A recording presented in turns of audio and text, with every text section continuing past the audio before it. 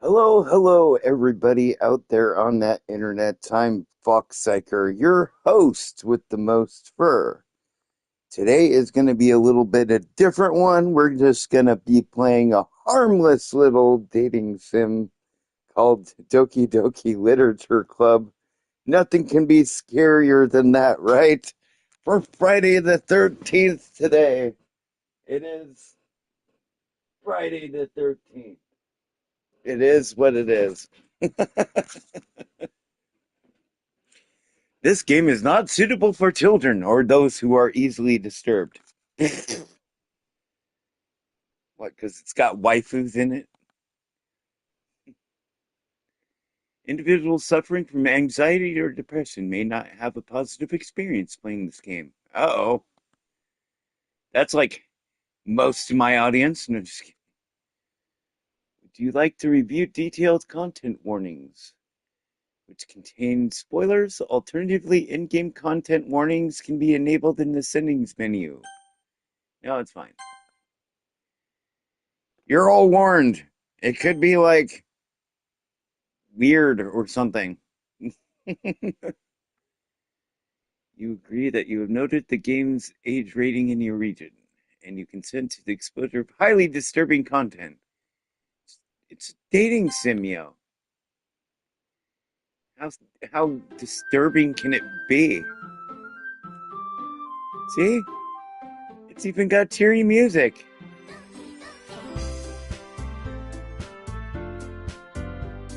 Listen to that. How cheery is that crap?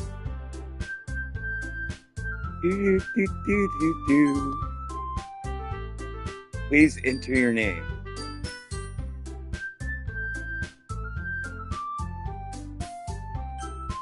Fox.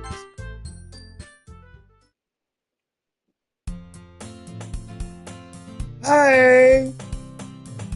I see an annoying girl running towards me from the distance, waving her arms in the air like she's totally oblivious to any attention she might draw to herself.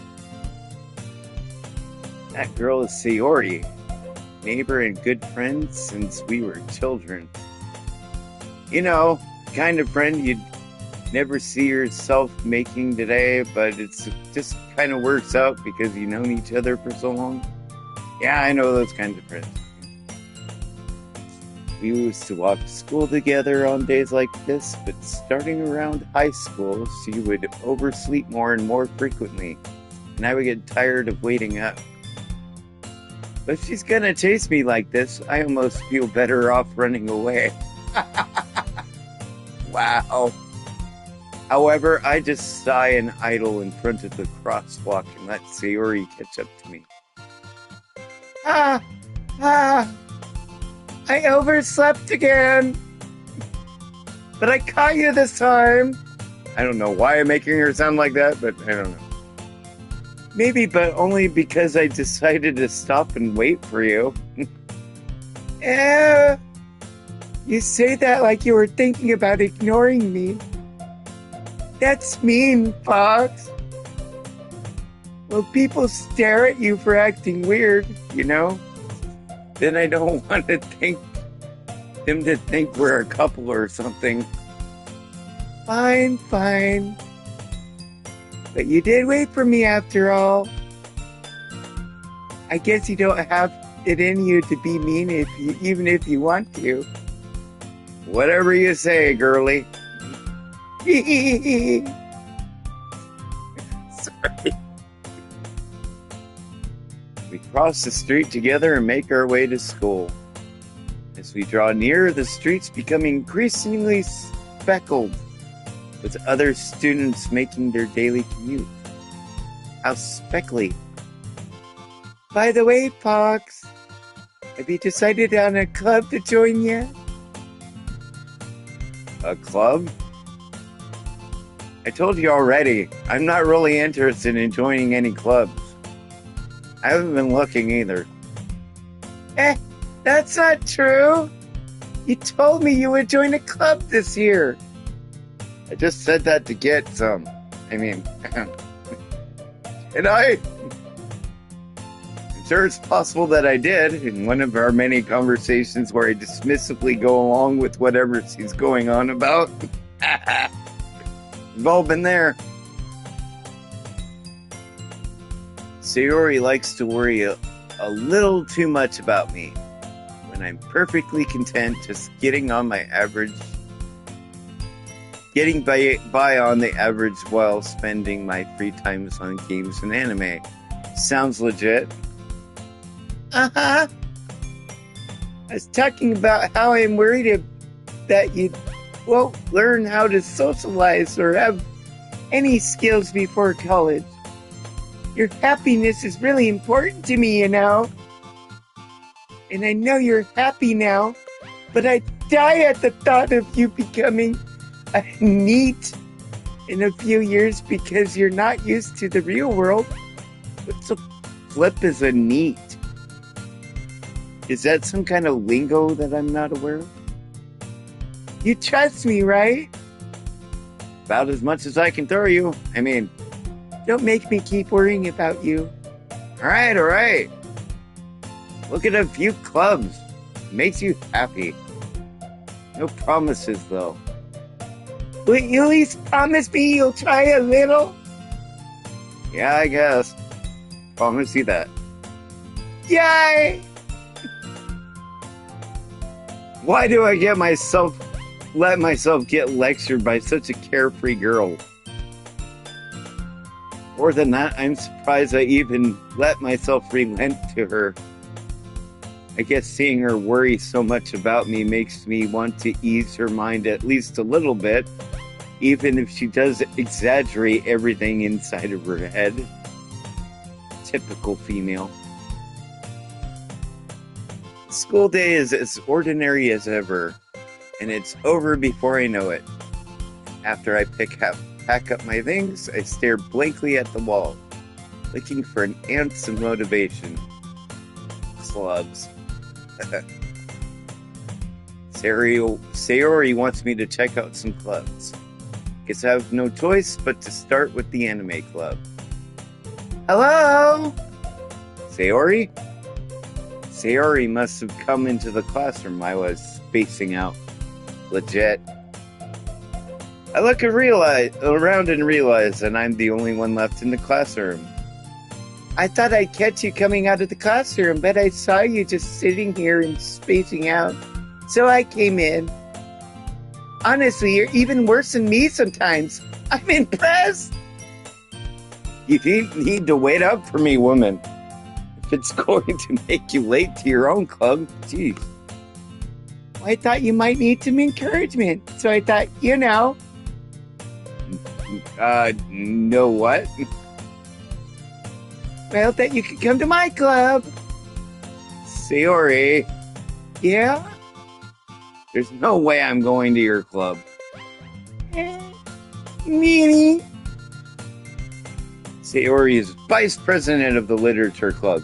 Sounds lame.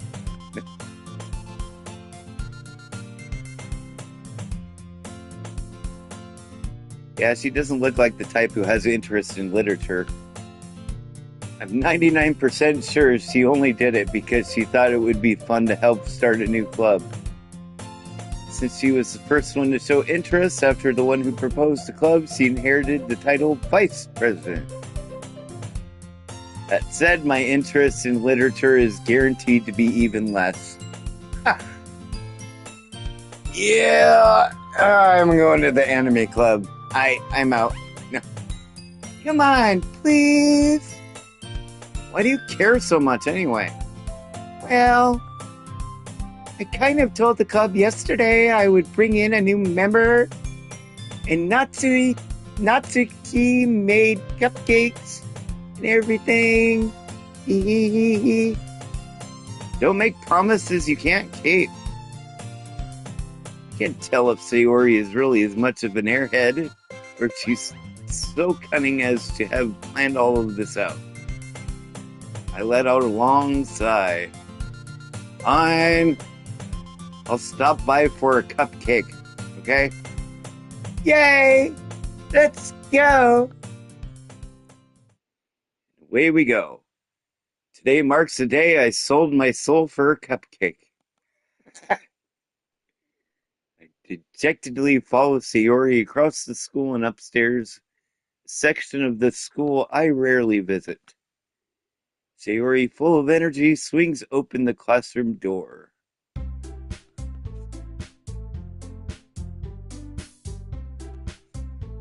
Everyone, the new member's here. I told you, don't call me a new member. Gotta really look at that text. I glance around the room.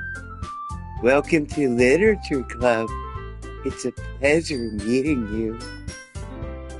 Sayori always says nice things about you. Seriously? You brought a boy? Way to kill the atmosphere. Foxx. What a nice surprise. Welcome to the club. ...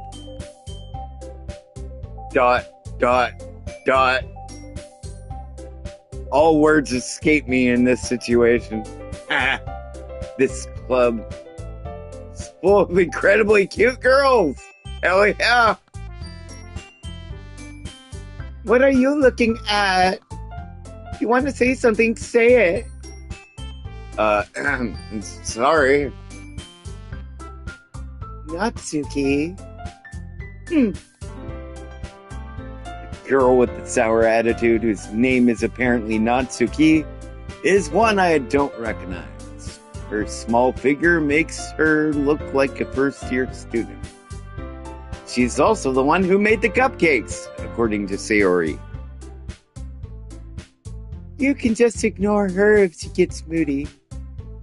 Sayori says that quietly into my ear, then turns back towards the other girls. Anyway, this is Natsuki, always full of energy.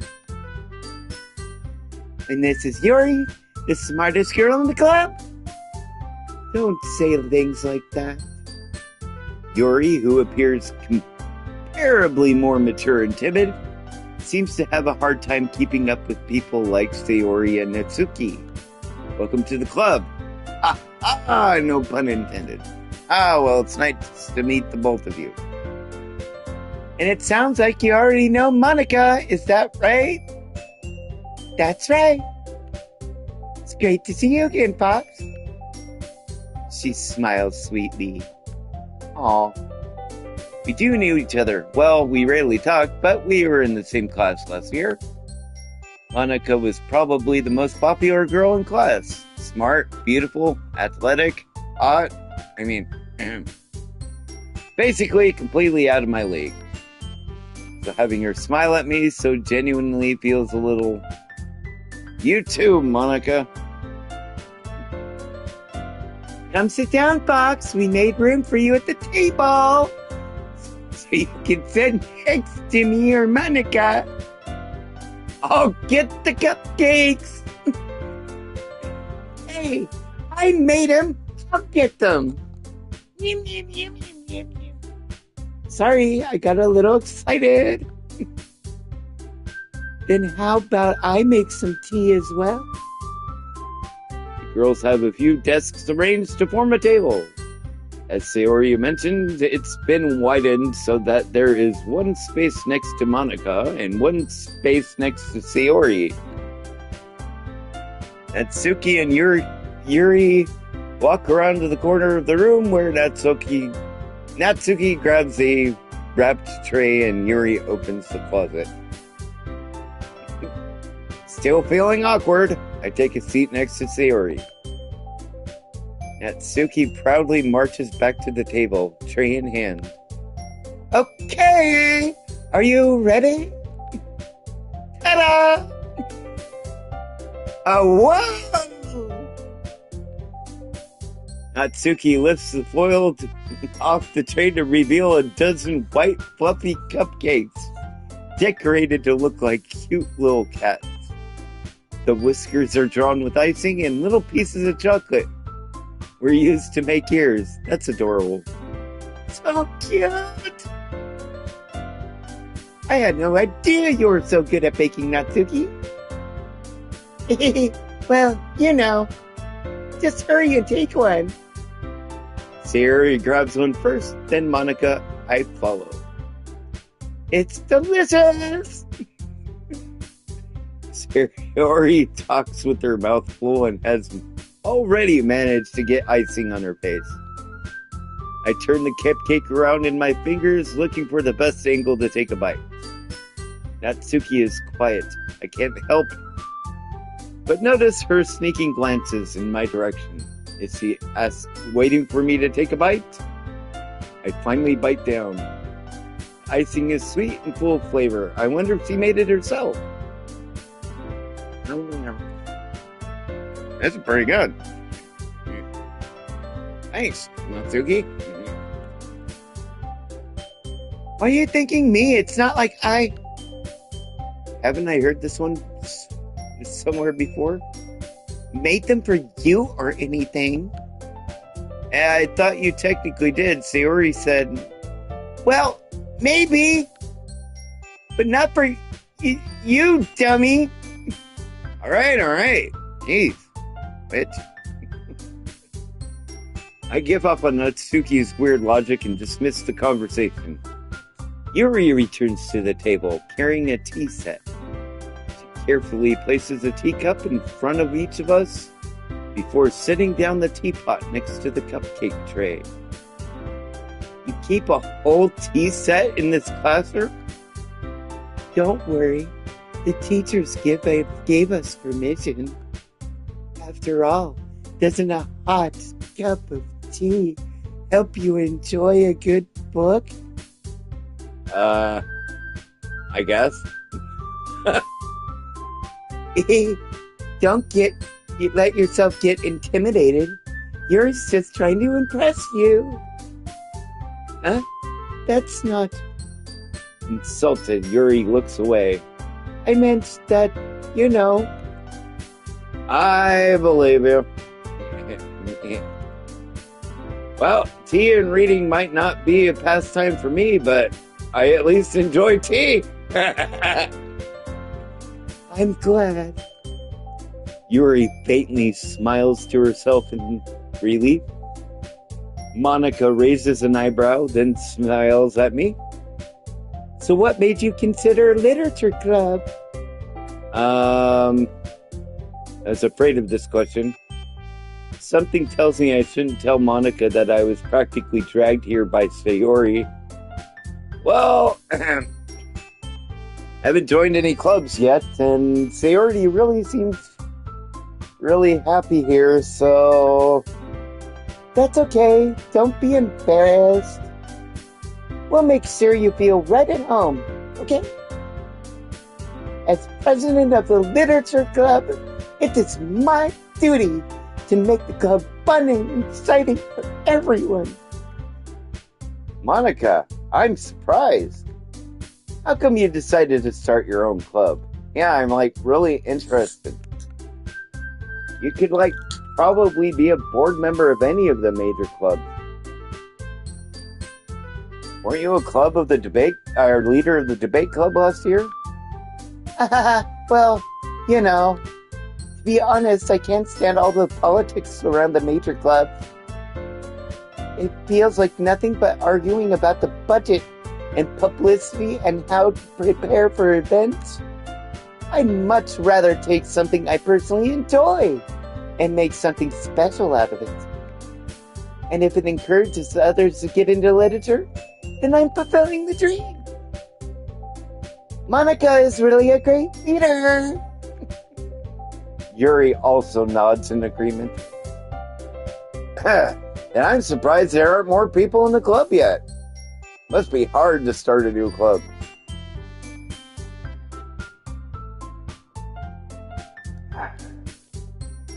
You could put it that way. Not many people are very interested in putting out all this effort to start something brand new. Especially when it's something that doesn't grab your attention, like literature. You have to work hard to convince people when you're both fun and worthwhile. But it makes school events like the festival that much more important. I'm confident that we can really grow this club before we graduate. Right, everyone? Yeah. We'll do our best. You know it.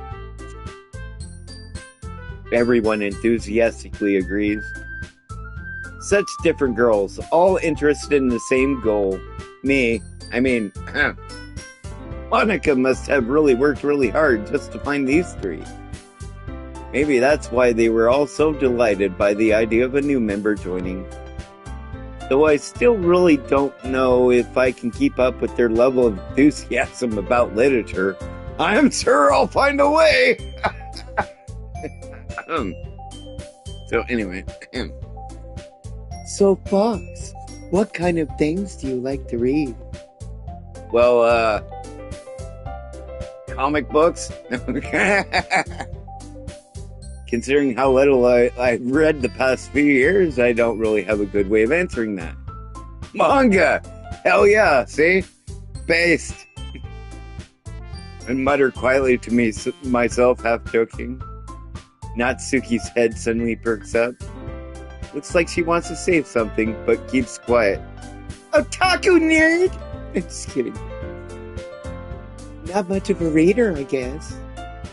Well, that can change. What am I saying? I spoke without even thinking after seeing Yuri's sad smile. Anyway, what about you, Yuri? Well, let's see. Yuri traces the rim of her teacup with her finger. My favorites are usually novels that build deep and complex fantasy worlds. The level of creativity and craftsmanship behind them is amazing to me. And telling a good story in such a foreign world is equally impressive. Yuri goes on, clearly passionate about her reading.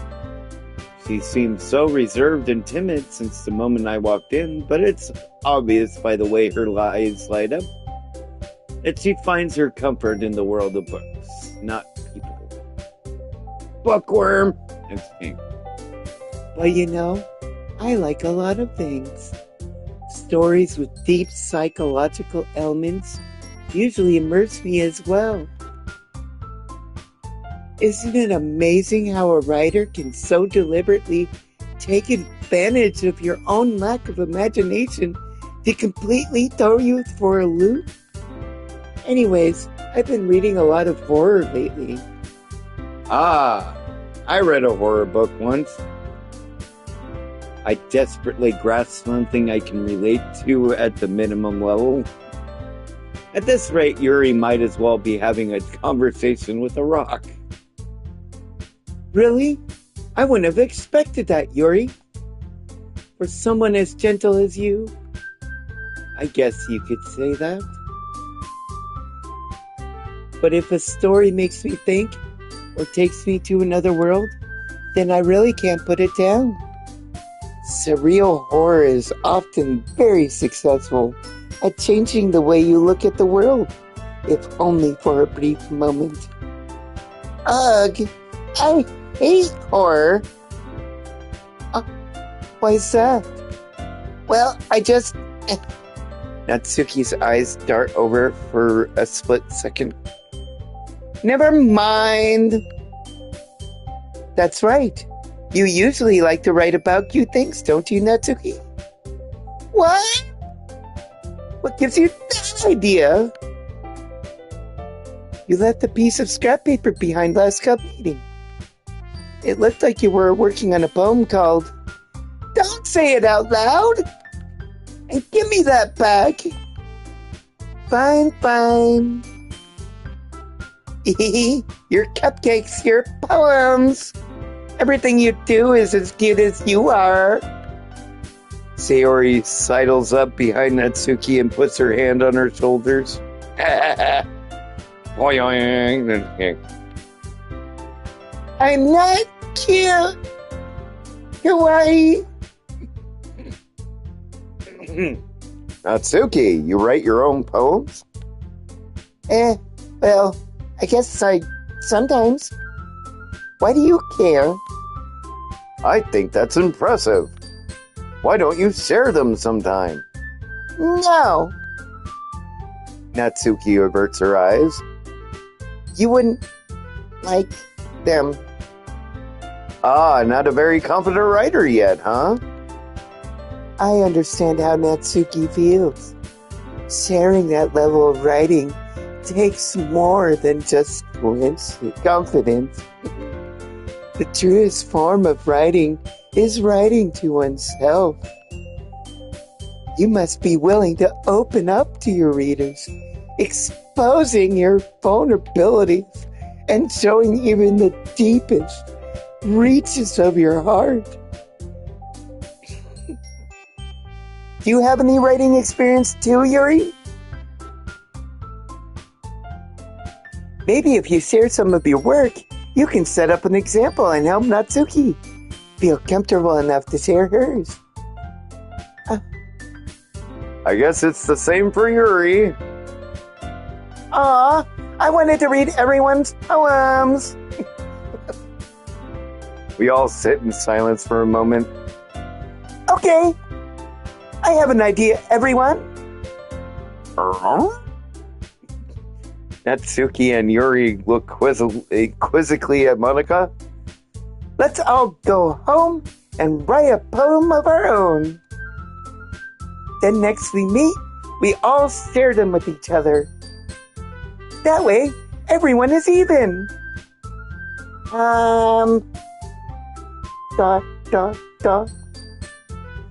Yeah, let's do it. Plus, now that we have a new member, I think it would help us out get a little bit more comfortable with each other and strengthen the bond of our club. Isn't that right, Foxx? Monica smiles warmly at me once again. Hold on. There's still one problem. Yeah. Eh? What's that? Now that we're back at the original topic of me joining the club, I bluntly come forth with what's been on my mind this entire time. I never said I would join this club. Sayori may have convinced me to stop by, but I never made any decision. I still have other clubs to look at, and, maybe if this was a lesbian club. I'm just kidding. I lose my train of thought. All four girls stare back at me with dejected eyes. Oh no. When they look at me like that. But I'm sorry, I thought... Foxx! You all... I'm defenseless against these girls. How am I supposed to make a clear-headed decision when it's like this? That is, if writing poems is the price I need to pay in order to spend every day with these beautiful girls, oh, small price, I guess. Right. Okay, I've decided then. I'll join the literature club. One by one, the girls' eyes light up. Yes, I'm so happy. Sayori wraps her arms around me, jumping up and down. Hey! You really did scare me for a moment. If you really just come for the cupcakes, I would be super pissed. Then that makes it official. Welcome to the Literature Club. Thanks, I guess. Okay, everyone. I think with that, we can officially end today's meeting on a good note. Everyone remember tonight's assignment. Write a poem to bring it to the next meeting so we can all cheer. Monica looks over at me once more. Foxx, I look forward to seeing how you express yourself. Yeah. Can I really impress the class star, Monica, with my mediocre writing skills? I already feel the anxiety welling up inside of me. Meanwhile, the girls continue to chit-chat as Yuri and Natsuki clean up their food. Hey, Fox, since we're already here, do you want to walk home together? That's right. Sayori and I never walk home together anymore because she's always stayed after school for clubs. Sure. Might as well. Yay!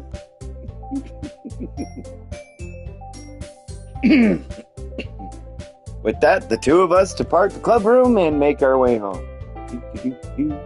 The whole way, my mind wanders back and forth between the four girls.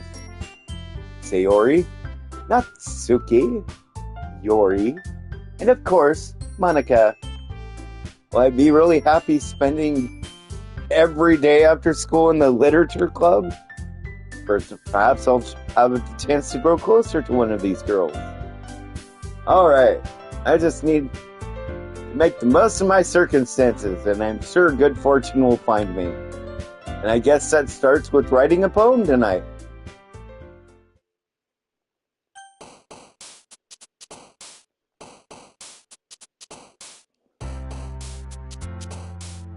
Okay.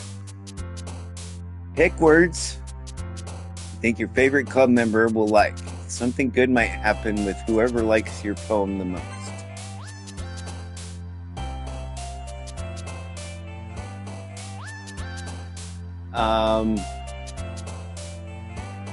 Let's see.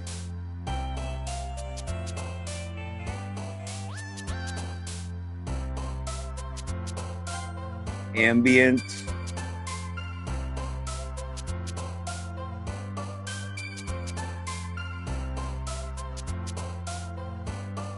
Kiss.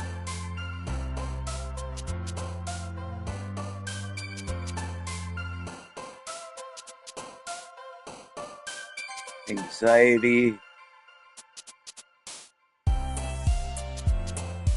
Frightening. Desire.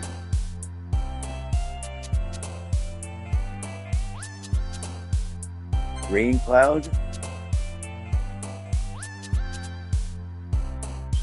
Heaven sent.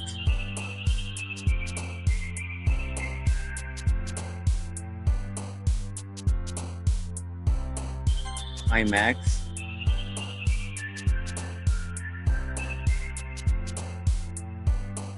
Uncontrollable.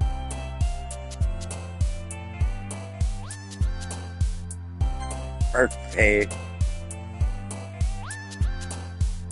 Extraordinary. Marshmallow.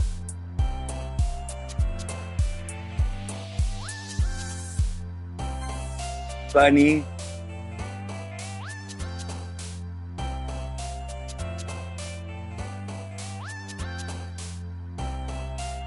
Vibrant. Fireworks. Fireflies.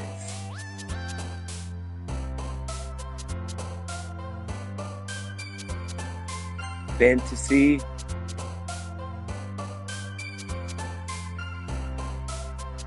Pleasure.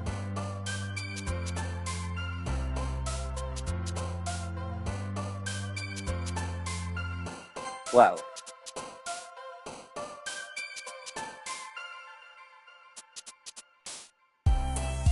Dream.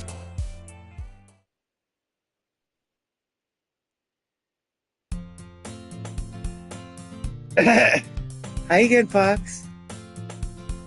Glad to see you didn't run away on us. Nah, don't worry. This might be a little strange for me, but I at least keep my word. Well, I'm back at the literature club.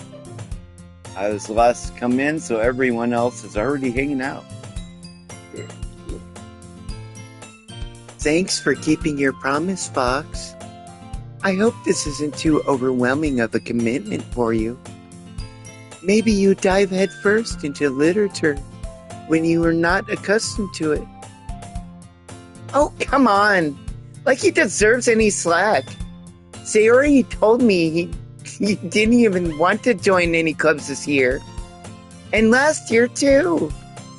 I don't know if you plan to just come here and hang out or what. but if you don't take it seriously, then you won't see the end of it. Natsuki, you certainly have a big mouth for somebody who keeps her manga collection in her club room. Manga collection? Natsuki finds herself stuck between saying Monica and manga. Manga is literature! Swiftly defeated, Natsuki plops back into her seat. Don't worry, guys. Foxx always gives it his best as long as he's having fun. He helps me with busy work without even asking. Like cooking, cleaning my room. How dependable. Sayori, that's because your room is so messy it's distracting. And you almost set your house on fire once. Is that so? You two are really good friends, aren't you? I might be a little jealous. How come? You and Foxx can become good friends too? Sayori. Dot. As usual, Sayori seems oblivious to the weird situation she put me into. Uh-oh. Yuri even brought you something today, you know. Wait, Sayori. Me? Not really. Don't be shy. It's really nothing. What is it? Never mind. Sayori made it sound like it's a big deal, but it's really not. Oh, what do I do? I'm sorry, Yuri. I wasn't even thinking. I guess that means it's up to me to rescue this situation. Hey, don't worry about it. First of all, I wasn't expecting anything in the first place. So any nice gesture from you is a pleasant surprise. It'll make me happy no matter what. Is that so? Yeah, I won't make it a big deal if you don't want it to be. All right. Well, here. Yuri reaches into her bag and pulls out a book. I didn't want you to feel left out, so I picked out a book that I thought you might enjoy. It's a short read, so it should keep your attention, even if you don't usually read. And we could, discuss it if you wanted. This is... How's this girl accidentally being so cute? She even picked out a book she thinks I'll like, despite me not reading much. Yuri, thank you. I'll definitely read this. I enthusiastically take the book. Morning Glory Milking Farm. Just kidding. Sorry. If you know, you know. Anyway. Phew. Well, you can read it at your own pace. I look forward to hearing what you think. Now that everyone's settled in, I expected Monica to kick off some scheduled activities for the club. But that doesn't seem to be the case. Sayori and Monica are having a cheery conversation in the corner. Yuri's face is already buried in a book. I can't help but notice her intense expression, like she was waiting for this chance. Meanwhile, Natsuki is rummaging around in the closet. I'm really curious to talk to Yuri a little bit more. But at the same time, I would feel bad for distracting her from her reading. Aw, that's nice of me. I catch a glimpse of the cover of her book. It's like the same book that she lent to me. More than that, she seems to be on the first few pages. Crap.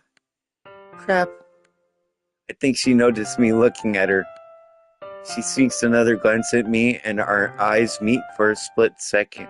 Ooh. Dot. But But that only makes her hide her face deeper in her book. Oh, that's so cute. Sorry. I was just, spacing out. I mutter this, sensing I make her uncomfortable. Oh, it's fine. If I was focused, then I probably wouldn't have noticed in the first place. I'm just rereading a bit of this, so... That's the book you gave me, right? Mm-hmm. I just wanted to reread some of it. Not for any particular reason. Just curious. How come you have 2 copies of the same book? Well, I stopped at the bookstore yesterday. That's not what I meant. I mean, I just happened to buy 2 of them. I see. There's something fairly obvious here that Yuri isn't telling me, but I decided to let it go. I'll definitely start reading it soon, yeah. I'm glad to hear. Once it starts to pick up, you might have a hard time putting it down. It's a very engaging and relatable story. Is that so? What's it about, anyway? Well... Yuri closes the book and scans her eyes over the back. The book is called Portrait of Markov. There's an ominous-looking eye symbol on the front cover. All right. I misread that. I just wanted to make sure I don't accidentally give anything away. Basically, it's about this girl in high school who moves in with her long-lost younger sister. But as soon as she does so, her life gets really strange. She gets targeted by these people who escaped from a human experiment prison. And while her life is in danger, she needs to desperately choose who to trust. No matter what she does, she ends up destroying most of her relationships. And her life starts to fall apart. That's, kind of, it's kind of dark, isn't it? You made it sound like it was going to be a nice story, so that dark turn came from nowhere. Yuri gently giggles all of a sudden. Are you not a fan of that sort of thing, Fox? No, it's not that. I mean, I can definitely enjoy these kinds of stories, so don't worry. I hope so. Yeah, I totally forgot that Yuri is into those things. She's so shy and reclusive on the outside, but her mind seems to be a total complete freak. I mean, completely different. It's just that those kinds of stories, they challenge you to look at life from a strange new perspective. When horrible things happen, not just because someone wants to be evil, but because they have their own goals, or their own philosophy that they believe in. Then suddenly, when you thought you related to the protagonist, they're made out to be the naive one for letting their one-sided morals interfere with the villain's plans. I'm rambling, aren't I? Not again. I'm sorry. Hey, don't apologize. I haven't lost interest or anything.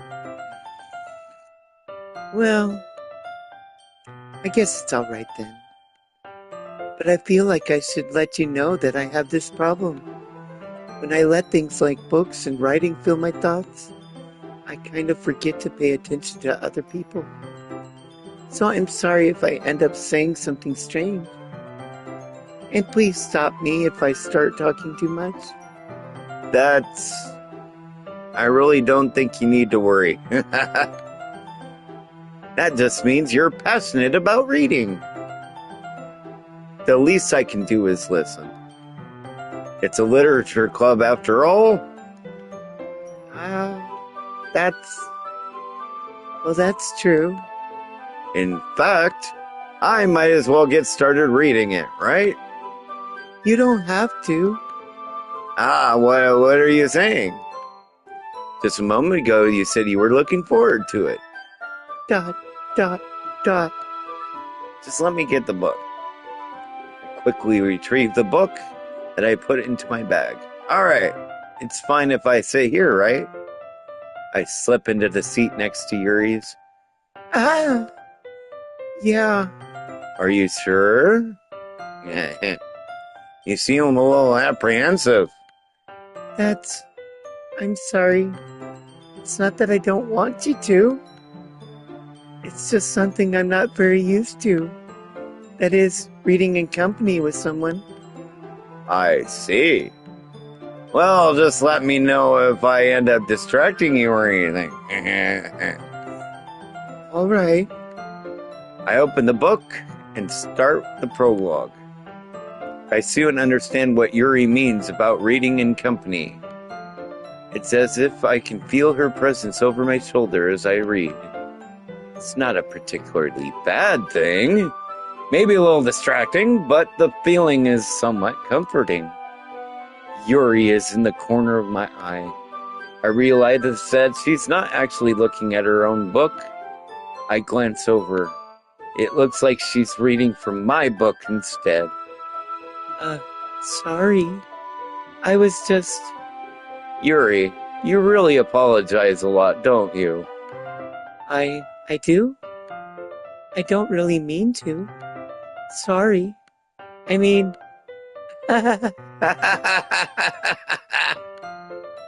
Here, this would work, right? I slide my desk up against Yuri's, then hold my book more between the two of them. I suppose so.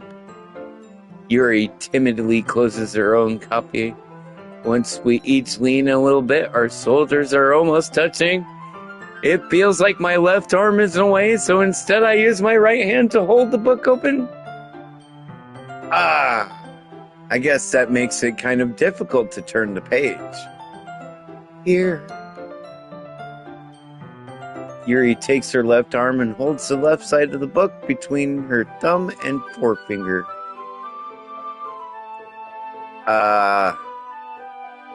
I do the same thing with my right arm on the right side of the book. That way I turn a page and Yuri slides it from her thumb after she flips it to her side. But in holding it like this, we're huddled even closer together than before.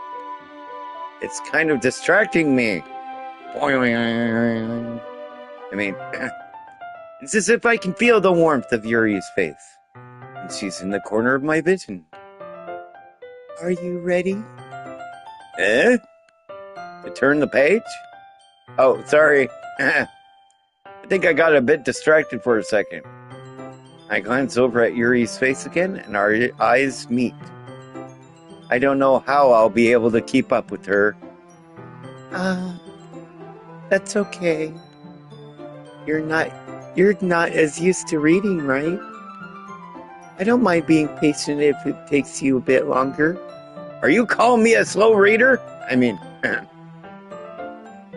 It's probably the least I can do, since you've been so patient with me. Yeah. Thanks. We continue reading. Yuri no longer asks me if I'm ready to turn the page. Instead, I just assume that she finishes the page before me, so I turn it by my own volition. We continue the first chapter in silence. Even so, turning each page almost feels like an intimate exchange. My thumb gently letting go of the page, letting it flutter over to her hot side as she catches it under her own thumb. Hey, Yuri, this might be a silly thought, but, main character kind of reminds me of you a little bit. You think so? How does she? Well, I guess she's more blunt in a lot of ways, but she's also second guesses all the things she says and does. Like she's afraid she'll do something wrong. It's not like I can see into your head or anything. You're kind of reminiscent of some of your mannerisms. I see. Yuri remains silent for a moment. But Fox, that's probably a terrible thing to have in common with her. So embarrassing that you think that. Wait, I didn't mean it in a bad way or anything. Sorry, I really didn't know if you were self-conscious about that sort of thing. Dot, dot, dot. I guess it's more than that. I guess I mean more meant that it's kind of cute. What are you saying all of a sudden? Dot, dot, dot. Okay, everyone. I think it's about time we share poems with each other. We might not have enough time if we wait too long. Yuri exhales, spared from finishing her thought. Is that all right, Yuri? You look kind of down. I'm sorry if you haven't been looking forward to this. It's not... It's fine. Yuri releases her hand from the book, causing it to close on top of my thumb. Alright, I guess I'll do some more reading tonight. Or would you prefer I only read it with you? I guess I don't have too much of a preference either way. In that case, I'll read it a little bit more tonight. It'll be more fun to read with you after it picks up for a bit, you know? That's good reasoning. In that case, feel free to finish the first 2 chapters in your own time. Alrighty then. I stand up. I make a mental note of where I left in the book, then slip it back into my bag. By the way, did you remember to write a poem last night? Yeah. My relaxation ends. I can't believe I agreed to do something so embarrassing. I couldn't really find much inspiration since I've never really done this before. Well, now that everybody's ready, why don't you find somebody to share with? I can't wait! Sayori and Monica enthusiastically pull out their poems. Sayori's is on a wrinkled sheet of loose leaf torn from a spiral notebook. On the other hand, Monica wrote hers in a composition notebook. I can already see Monica's pristine handwriting from where I sit. Natsuki and Yuri reluctantly comply as well, reaching into their bags. I do the same myself. Who should I show my poem to first? I'll do Monica first. I should start with Monica. Yesterday she seemed eager to read my poem, and I want to know I'm putting in the effort. Sure, that's the reason. Hi, Foxx! Having a good time so far? Yeah. Good. Glad to hear it. By the way, since you're new and everything, if you have any other questions, suggestions for the club, like new activities or things we can do better, I'm always listening. Don't be afraid to bring things up, okay? Alrighty then. I'll keep that in mind. Of course, I'll be afraid to bring things up. I'm much better off just going with the flow until I'm more settled in.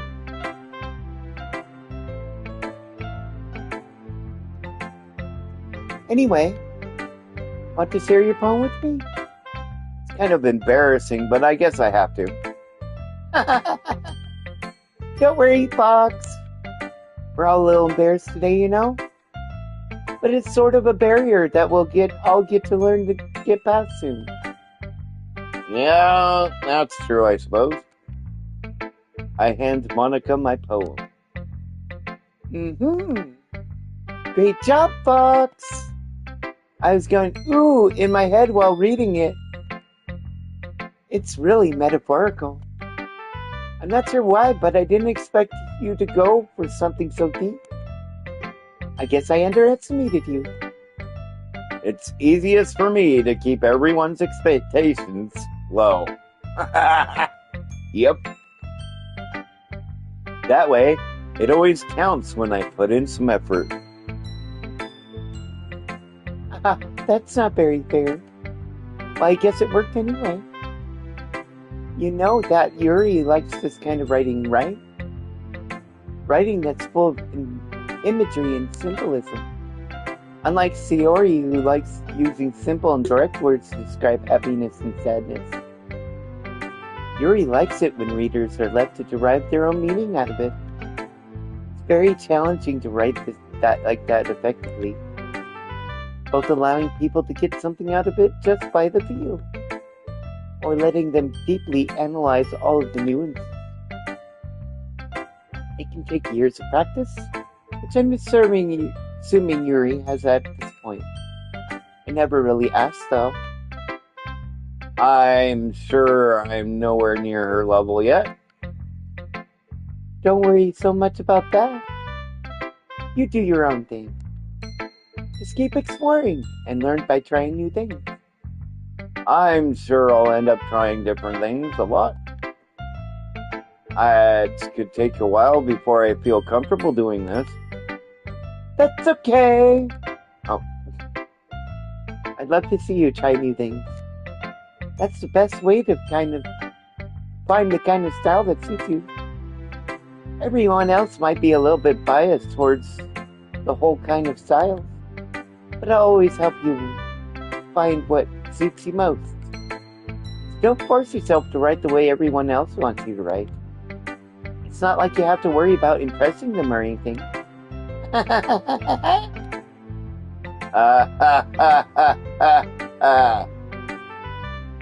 Anyway, do you want to read my poem now? Don't worry, I'm not very good.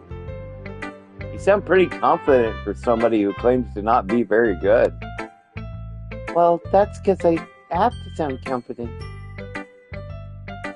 That doesn't mean I always feel that way, you know. I see. Well, let's read it then. Hole in the wall. It couldn't have been me. See the direction the spackle protrudes? A noisy neighbor, an angry boyfriend, I'll never know. I wasn't home. I peer inside for a clue. No, I can't see. I reel blind like a film left out in the sun. But it's too late. My retina's already scorched with a permanent copy of this meaningless image. It's just a little hole. It wasn't too bright. It was too deep. Stretching forever into everything. A hole of infinite choices. I realized now that I wasn't looking in. I was looking out. And he, on the other side, was looking in. Wow. So what did you think? It's very freeform, if that's what you call it. Sorry, I'm not really the kind of right person to ask for feedback. It's okay. Yeah, that kind of style has gotten pretty popular nowadays. That is, a lot of poems have been putting emphasis on the timing between words and lines. When performed out loud, it can be really powerful. What was the inspiration by this one? I'm not really sure how to put it.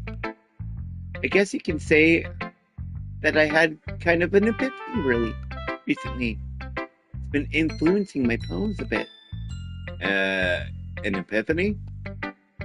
Yeah, something like that. I'm kind of nervous to talk about deep stuff like that because it's kind of coming on strongly. Maybe after everyone is better friends with each other. Anyway, here's Monica's writing tip of the day. Sometimes when you're writing a poem or a story, your brain gets too fixated on a specific point. You try so hard to make it perfect, then you'll never make any progress. Just force yourself to get something down on the paper and tidy it up later. Another way to think about it is this. If you keep your pen in the same spot for too long, you'll just get a big dark puddle of ink. So just move your hands and go with the flow. That's my advice for today. Thank you for listening. Who should I show my poem to next? Yuri, I guess. Dot, dot, dot. As Yuri reads the poem, I notice her eyes lighten. Exceptional. What was that? Did I say that out loud? Yuri first covers her mouth, but then ends up covering her whole face. Oh, he's going to hate me. You really didn't do anything wrong, Yuri.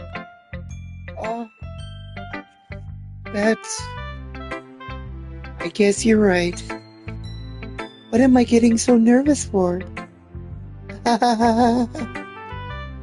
Yuri takes a breath. So, what kind of writing experience do you have? Your use of imagery and metaphors indicates you've written a lot of poetry before. Really? Wow, that's a huge compliment coming from you. This is actually my first time, really. Yuri stares at me blankly, then looks at my poem again. Well, I know that. I just meant, Yuri trails off, unable to find an excuse. She traces her finger along the words in the poem, as if breaking it down more thoroughly. Yeah. Okay. This is the reason I was able to tell. It's just there is specific writing habits that are usually typical of new writers. And having been through that myself, I kind of learned to pick up on them. I think the most noticeable thing I recognize in new writers is that they try to make their style very deliberate. In other words, they tend to expect a writing style separate from the topic matter, and they fit the word two together. The end result is that both the style and the expressiveness are weakened. Once Yuri finds her train of thought, it's as if her demeanor totally changes. Her stammering is completely gone, and she sounds like an expert. Of course, there's not something you can be blamed for. There are so many different skills and techniques that go into writing even a single poem. Not just finding them and building them, but getting them to work together is probably the most challenging part. It might take you some time, but it all comes with practice and learning by example and trying new things. I also hope that everyone else in the club gives you valuable feedback. Natsuki can be a little biased, though. Biased? How? Well, never mind. I shouldn't be talking about people like that. Sorry. It's fine. I'm not sure if Yuri is apologizing to herself, to me, or to Natsuki. Do you mind if I read your poem now? Please do. I'd love to share my thought process behind it. Yuri smiles dreamily, as if that's a rare opportunity for her. Which itself is kind of funny. After all, isn't this supposed to be a literature club? Ghost under the light. The tendrils of my hair illuminate beneath the amber glow. Bathing. It must be this one. The last meeting streetlight to have withstood the test of time. The last yet to be replaced by the sickening blue-green hue of the future. I bathe, calm, breathing air of the present, but living in the past. The light flickers. I flicker back. It's pretty dang good. I'm sorry, I have such terrible handwriting. What? I wasn't thinking that at all, yo. But it took you a long time to read. Well, I just don't read script very often. I actually think your handwriting is pretty. Eh? That's a relief. Also, I like the poem. Wink. Even though it's short, it was just really descriptive. It wasn't too short. I usually write longer poems. Not at all. Really glad you like it. I'll be honest. It's our first time sharing. I wanted to write something a little bit more mild. Something easy to digest, I suppose. Aren't you into ghost, Yuri? Oh.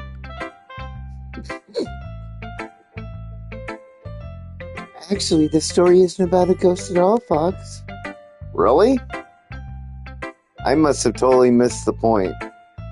I suppose you did only glance over it after all. But remember that poems often express their own thoughts, feelings, and experiences in their work. They usually do more than tell a simple story or paint a picture.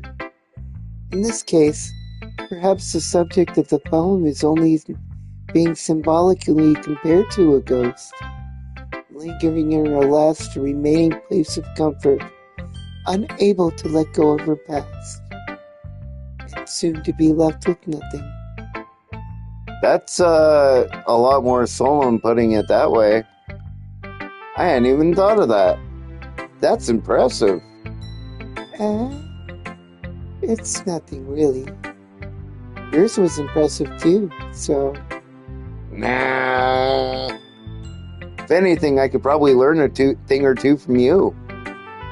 You think so? Of course. You know, I was really nervous about doing all of this. But in the end, I enjoyed it. I'm going to keep doing my best for you, Fox. Me too.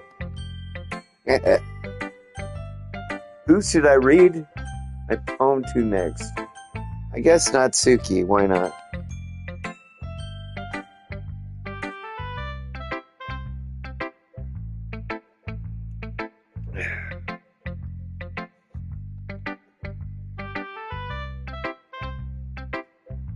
Well, it's about what I expected from someone like you.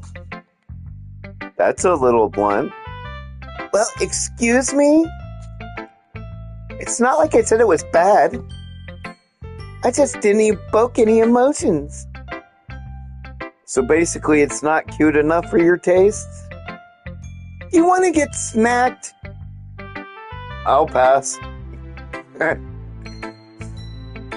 Well, anyway, I guess I'll need to show you mine. Not that you'll like it.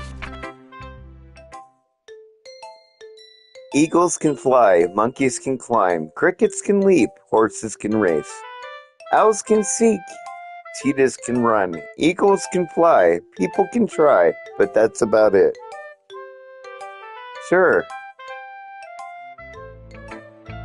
Yeah. I told you we weren't gonna like it. I like it. What? Just be honest. I am. Why are you so convinced that I wouldn't like it?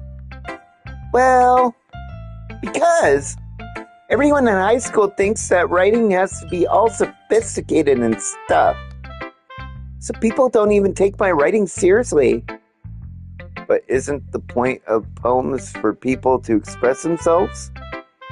Your writing style wouldn't make your message any less valid. Yes, exactly. I like when it's easy to read, but it hits you hard. Like in this poem. Seeing everyone around you do great things can be really disheartening. So I decided to write about it. Yeah, I understand. But the other nice thing about simple writing is that it puts more weight on the wordplay. Like I set up for a rhyme at the end, and then made it fall flat on purpose. It helps bring out the feeling in that last line. So you did, I guess more went into it than I realized. That's what it means to be a pro. I'm glad you learned something. Didn't expect that from the youngest one here, did you? I guess not. I decided to humor her with the last comment. I don't really care how old everyone is, but if Natsuki is feeling proud, then I won't take that away from her.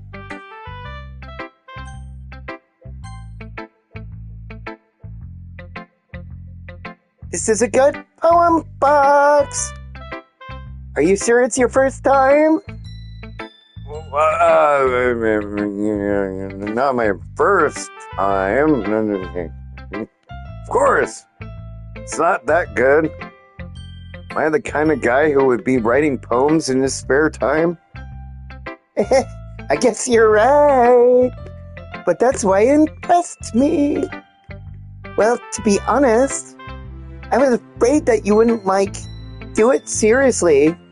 Or that you wouldn't write, one at all. I'm really happy that you just wrote one. It just reminds me of how you're a really part of the club now. Not to mention the fact I'm standing right in front of you in the club room. Well, of course. I'm not really into it yet, but that doesn't mean I'll break my promise. See? It's like I said before, Foxx. Deep down, you're not selfish at all. You know? Trying new things like this for other people. There's something that only really good people do. Thanks, Sayori. I'm not sure if Sayori sees the full picture of my motive here. Then again, I can't deny that she's part of the reason I joined. Knowing how much this means to her and all. Yeah, and I'm gonna make sure that you have lots of fun here, okay? That would be my way of thanking you. All right, I'm gonna hold you to that then. Yay! Now you'll read my poem too, right? Don't worry, I'm really bad at this. We'll see about that. Dear sunshine, the way you glow through my blinds in the morning, it makes me feel like you missed me. Kissing my forehead to help me out of bed, making me rub the sleepy from my eyes. Are you asking me to come out to play? Are you trusting me to wish away a rainy day? I look above, the sky is blue, it's a secret, but I trust you too. If it wasn't for you, I could sleep forever. But I'm not mad, I want breakfast. Sayori, this is just a guess, but did you wait until this morning to write this? No. Well, just a little bit. You can't answer just a little bit to a yes or no question. I forgot to do it last night. Y'all. Well, at least that makes me feel a little better about myself. Don't be mean. I still tried my best. Yeah. I didn't mean to say it was a bad poem. It came out nice. Or how should I put it? It sounds just like you. Really? Yeah. Especially that last line. I made eggs and toast. Even though you're late to school? It's bad to skip breakfast. Get all cranky. Well, I guess there's no point in arguing. Anyways, thanks for showing me. That was so much fun. Monica's the best. Yeah. But next time, I won't forget. I'm gonna write the best poem ever. Well, I guess I look forward to it. Woo! I guess that's everyone. Fans around the room. That was a little bit more stressful than I anticipated. It's as if everyone is judging me for my mediocre writing abilities. Even if they're just being nice, there's no way my poems can stand up to theirs. This is literature club after all. I guess that's what I ended up getting myself into. Across the room, Sayori and Monica are happily chatting. My eyes land on Yuri and Natsuki. They gingerly exchange sheets of paper, sharing their respective poems. As they read in tandem, I watch each of their expressions change. Natsuki's eyebrows furrow in frustration. Meanwhile, Yuri smiles sadly. What's with this language? Eh? Did you say something? Oh, it's nothing. Natsuki dismissively returns the poem on the desk with one hand. I guess you could say it's fancy. Thanks. Yours is cute. Cute? Did you completely miss the symbolism or something? It's clearly about the feeling of giving up. How could that be cute? I know that. I just meant the language, I guess. I was trying to say something nice. Eh? You mean you have to try that hard to come up with something nice to say? Thanks, but it didn't really come out nice at all. Yeah. Well, I do have a couple of suggestions. If I was looking for suggestions, I would have asked somebody who actually liked it. Which people did, by the way. Sayori liked it. And Foxx did too. So based on that, I'll gladly give you some suggestions of my own. First of all... Excuse me? I appreciate the offer, but I've spent a lot of time establishing my writing style.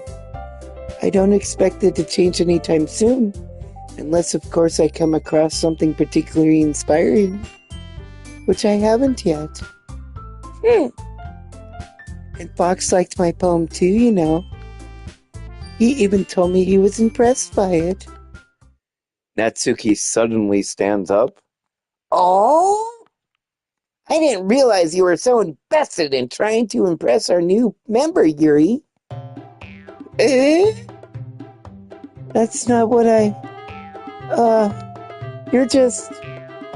Yuri stands up as well. Maybe you're just jealous that Foxx appreciates my vice more than he appreciates yours. Huh? And how do you expect he didn't appreciate my vice more? Are you that full of yourself? No. If I was full of myself, I would deliberately go out of my way to make everything I do overly cutesy. Ooh. Is everyone okay? Well, you know what? I wasn't the one whose boobs magically grew a size bigger as soon as Foxx started showing up. Natsuki!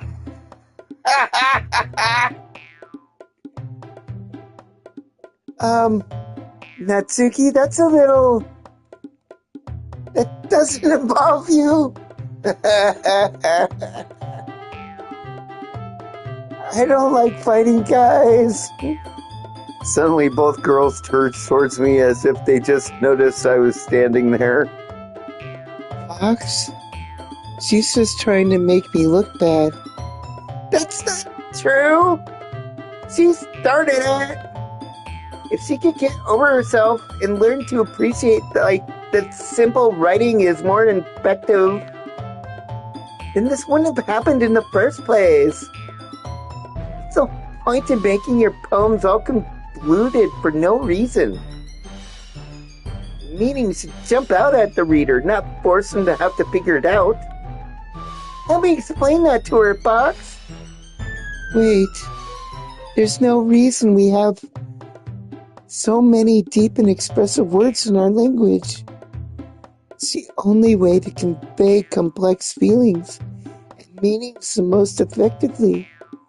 Avoiding them is not only unnecessary, limiting yourself, it's also a waste.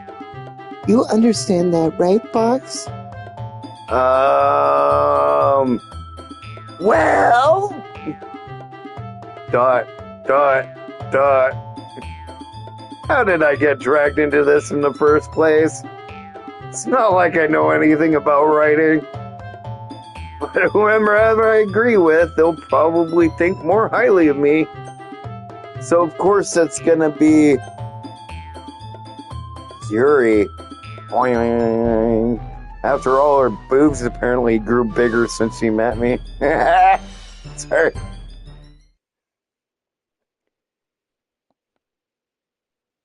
Natsuki, you're right that I liked your poem. See? Wait. That's not an excuse for you to be so mean. You shouldn't pick a fight just because someone's opinion is different. That's not what happened at all. Yuri wouldn't even take my poem seriously. I understand. Yuri? Huh? You're a seriously talented writer. It's no secret that I was impressed.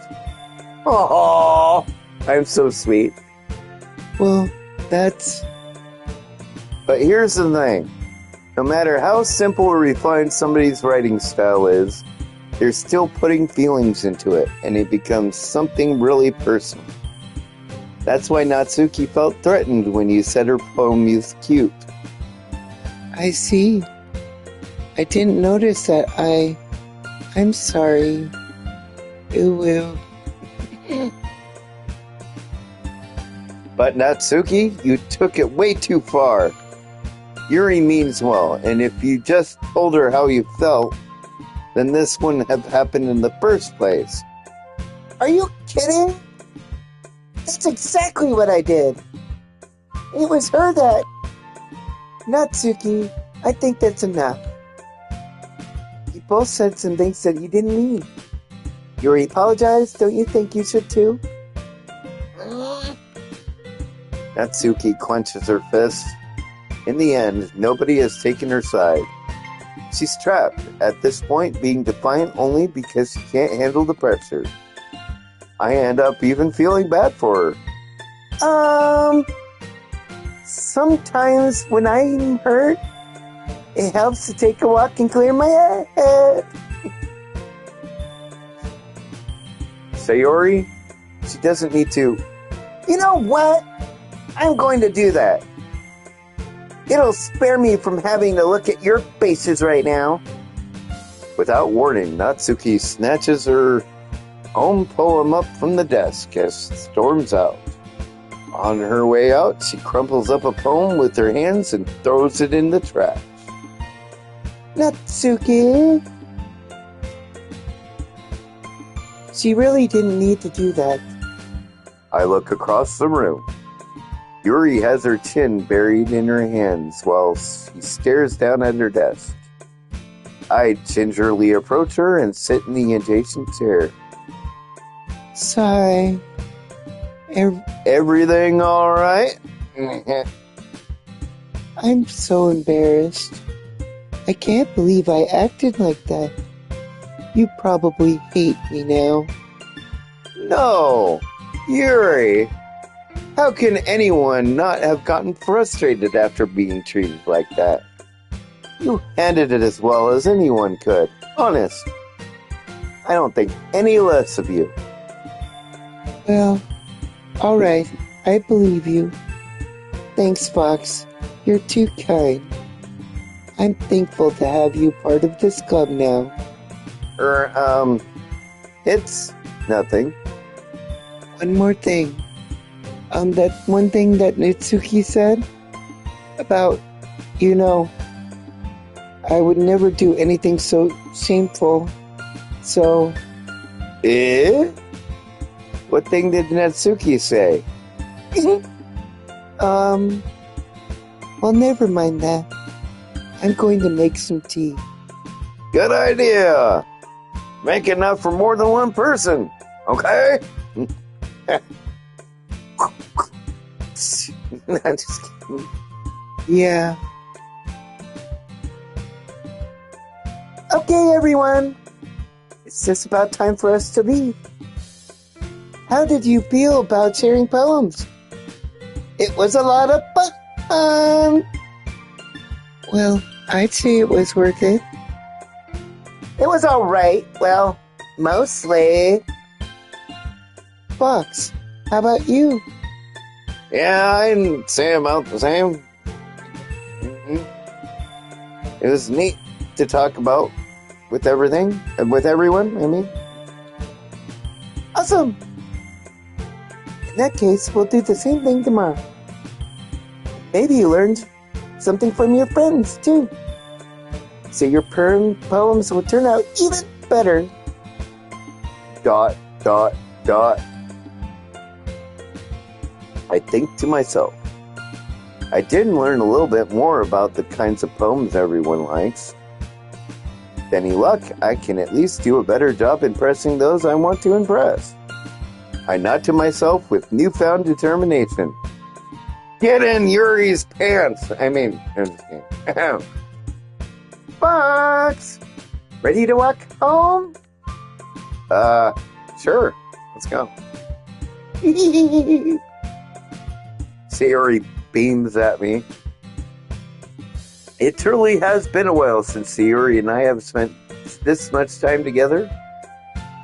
I can't really say I'm not enjoying it either. Sayori, about what happened earlier. Eh? What do you mean? You know, between Yuri and Natsuki. Does that kind of thing happen often?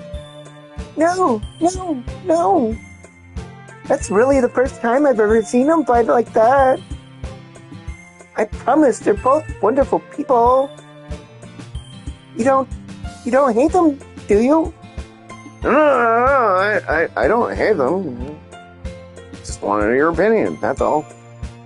I can see why they make good friends with you. You know, Fox, it's nice that I get to spend time with you in the club. But I think seeing you get along with everyone is what makes me the happiest. And I think everyone really likes you too. That's... Every day is going to be so much fun. Yep. It's gonna be fun. Yep. Looks like Sayori still hasn't caught on into this kind of situation I'm in. Sure, being friends with everyone's nice, but does it really need to stop there? Well, we'll just have to see what the future holds, Sayori. I pat Sayori on the shoulder. I said that more to myself than to her, but it's easy to use Sayori as an internal monologue sometimes. Okay. Yeah. Let's do this.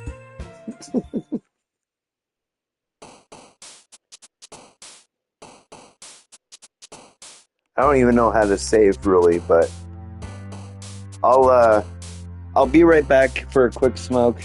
I know not everybody is watching this, but hey, we're having fun, right? All right, I'll be right back.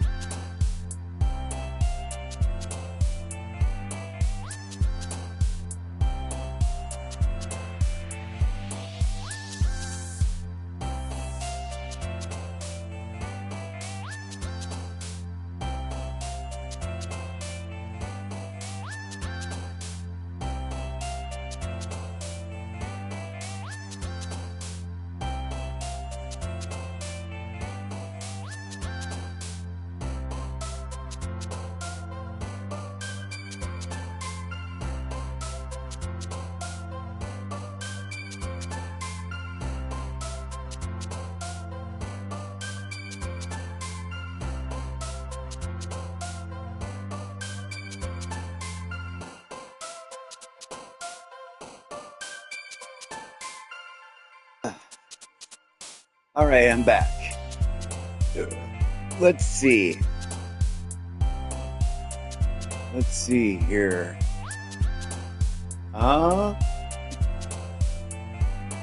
Embrace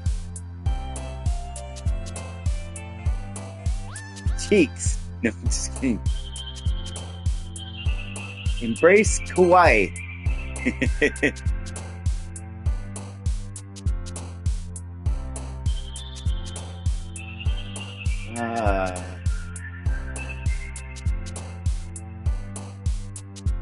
Disoriented, silly.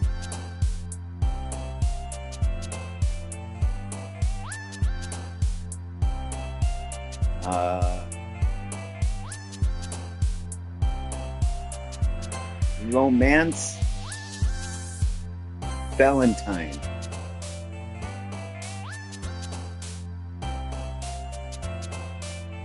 Nibble.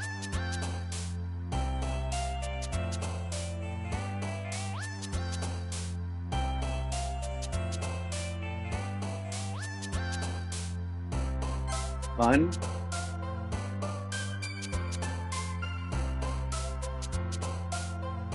Bliss. Daydream.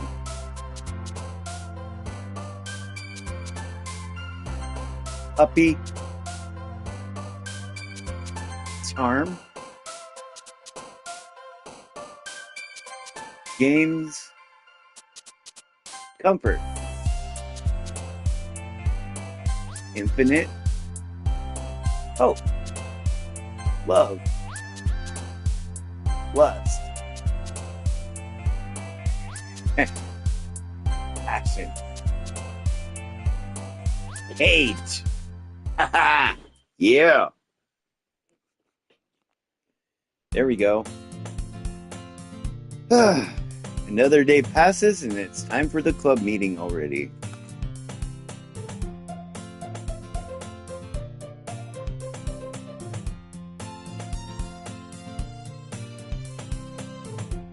I've gotten a little bit more comfortable here over the past couple days.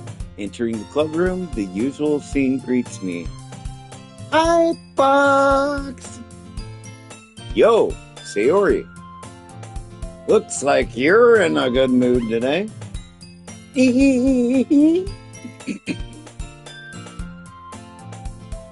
I'm just still not used to you being in the club, that's all. I see. That's a pretty simple thing to get you into a good mood. But I guess it's always the simple things with you anyway. Speaking of which, I'm kind of hungry. Will you come with me to buy a snack? Nah. It's not like you at all. I have my reason. Why don't we take a look at your purse, Sayori? Sorry, that was me. Why don't we take a look at your purse, Sayori? Why that all of a sudden? No reason, really. I just wanted to look at it. Sayori nervously retrieves her coin purse. She fumbles with the latch and gets it open. Then turns it upside down and lets its contents spill onto the desk. Only 2 small coins fall out. I knew it! You're broke! No, just kidding. I can see right through you, Sayori. That's not fair! How did you even know? It's simple. If you had enough money in the first place, you would have brought in a snack before coming into the club room. So either you're not hungry or wanted an excuse to take a walk. Or you plan to conveniently forget that you spent all your money so that I would lend you some. There's one more thing. You're always hungry. And so, that only leaves the one option. Oh, I give up. Don't make me feel guilty. If you feel guilty, that means you deserve to feel guilty. Yuri suddenly giggles. Huh? I didn't notice she was listening in. Her face is in her book, as always. Ah, I wasn't listening or anything. I was just something in my book. Yuri! Tell Foxx to let me borrow some money. Don't get me involved like that, Sayori. Besides, you should only buy what you can reasonably afford. And frankly, after pulling a mischievous little stunt like that, your suffering is fair enough retribution. ... Ah, I didn't mean that. I got too absorbed into my book. Ooh, ooh. I really like it when you speak your mind, Yuri. It doesn't happen much, but it's a fun side of you. There's no way you could think that. You're right, though.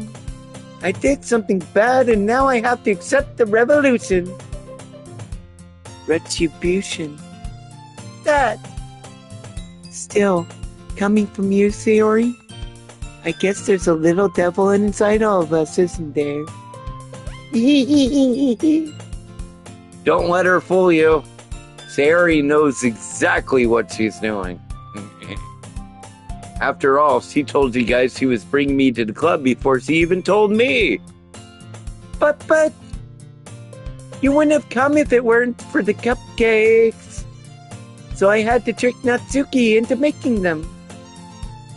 Come on, give me more credit than that, Sayori. Out of nowhere, something smacks Sayori in the face and tumbles out the desk. Whap! Yeah! Oh! What was... A cookie? Sure enough, it's a giant cookie wrapped in plastic. Sayori glances around. Is this a miracle? It's because I paid my restitution. Retribution, woman. Actually, that one almost worked. I was just gonna give it to you. But then I heard you blab about the cupcakes. It was totally worth, seeing your reaction, though. Natsuki. That's so nice of you. I'm so happy. Sayori hugs the cookie. Jeez, just eat it. Sayori rapidly tears open the wrapper and takes a big bite. So good. Sayori suddenly clasps her hands around her mouth. I bit my tongue. You're going to, have to go through a lot over that just one cookie. Natsuki takes a bite of her own cookie. Ah, yours looks really good too, Natsuki. Can I try it? Jeez, beggars can't be choosers. But yours is chocolate. Yeah, why do you think I gave you that one? Fine. Still, I'm really happy that you shared this one with me. Sayori gets out of her seat and goes behind Natsuki, then wraps her arms around her. Aww. God, jeez. I get it. Get it. Cookie still in hand, Natsuki reaches up to nudge Sayori off of her. Oop. Suddenly, Sayori leans down and takes a bite of Natsuki's cookie. Ha ha ha ha! Hey! Did you, seriously just do that? Ew, ew, ew, ew. I don't know. Mouth full, Sayori trots away to safety. Yuri and I laugh as well. Jeez, you're such a kid sometimes. Monica, can you tell Sayori? Eh? Natsuki glances around. Monica isn't in the club room. Hey, where's Monica anyway? Good question.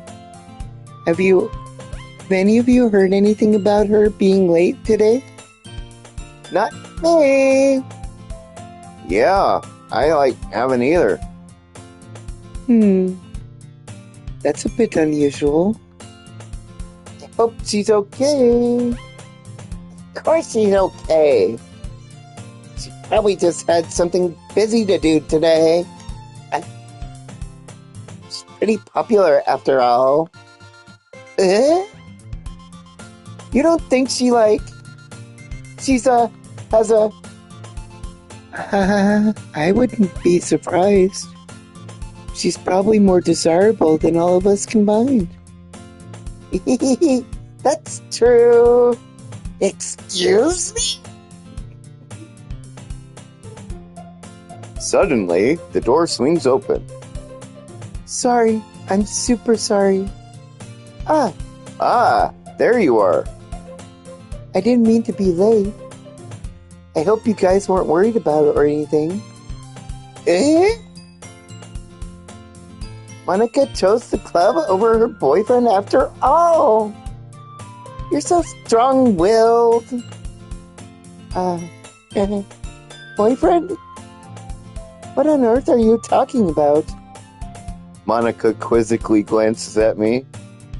Never mind that. What held you up, anyway? Well, my last period was study hall. To be honest, I kind of lost track of time.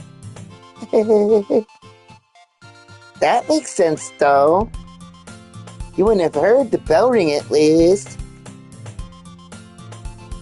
I must not have heard it, since I was practicing piano. Piano? I wasn't aware you played music as well, Monica. I don't really. I kind of started recently. I've always wanted to learn piano. That's so cool! You should play something for us, Monica. Monica looks at me. Maybe once I get a little better, I will. Yay! That sounds cool. I'd also look forward to it. Is that so? In that case, I won't let you down, Fox. Monica smiles sweetly. I didn't mean any pressure or anything like that. Don't worry. Sorry. I've been practicing a whole lot recently, and I'd really love the chance to share once I'm ready. I see. In that case, best of luck. Thanks. So I didn't miss anything, did I? No, not really. I chose to leave out Sayori's mischievous escapade. I'm sure Natsuki will end up complaining to her anyway. Looks like everybody has settled down. Sayori somehow already finished her entire cookie. Yuri's back to her book, and Natsuki disappeared into the closet. Okay. Man, looks like no one wants to be bothered today. I slumped down into the nearest desk. How am I supposed to occupy myself with something literature-related by myself like this? Guess I could always read some of that book Yuri gave me, but I'm feeling a little too tired to read. I could probably fall asleep right now. I closed my eyes and ended up listening in on Sayori's conversation with Monica. We're probably gonna see some lame compared to all the other clubs, though. Well, we can't give up.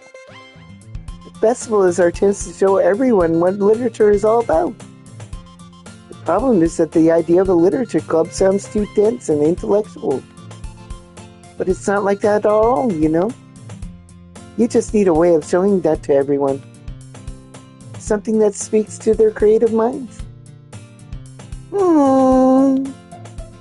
That doesn't solve the problem, though. Eh? What do you mean? Even if we come up with the most fun thing ever, nobody will come up in the first place. It's a literature event. So it's more important to figure out how to get people to show up in the first place, you know? And after they come, we can do all the things to speak to their creative minds. What's this? Sayori's taking this really seriously. It's rare to hear her deliberating like this. That's a good point. In that case, do you think the food will be the trick? What the kind? Well, I guess we could... Cupcakes! Good thinking. Natsuki would love to do that. You're right. Natsuki makes the best cupcakes.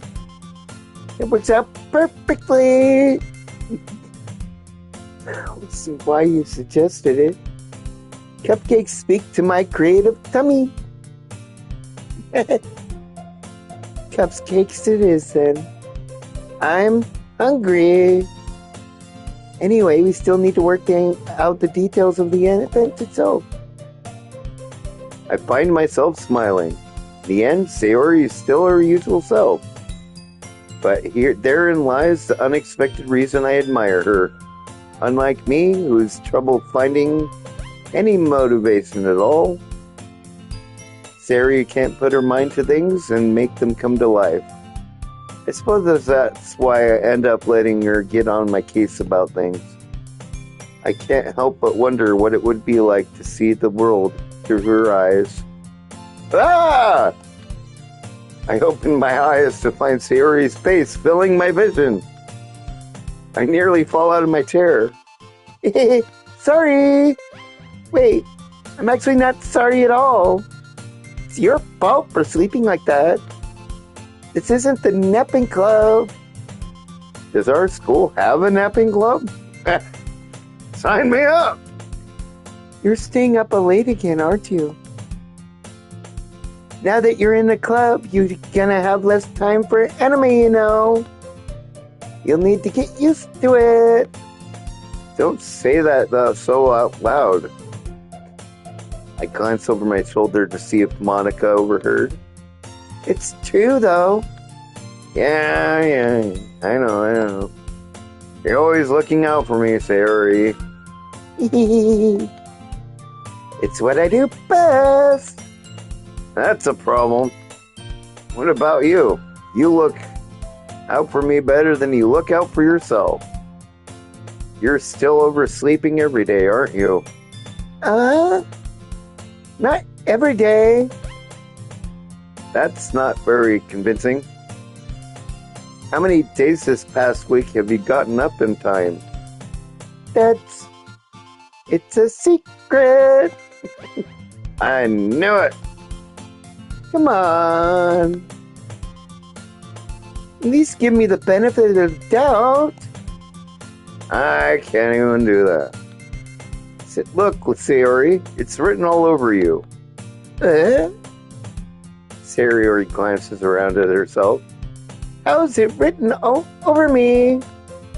You were clearly in a rush this morning. Look, your hair is sticking out all around here. Ah!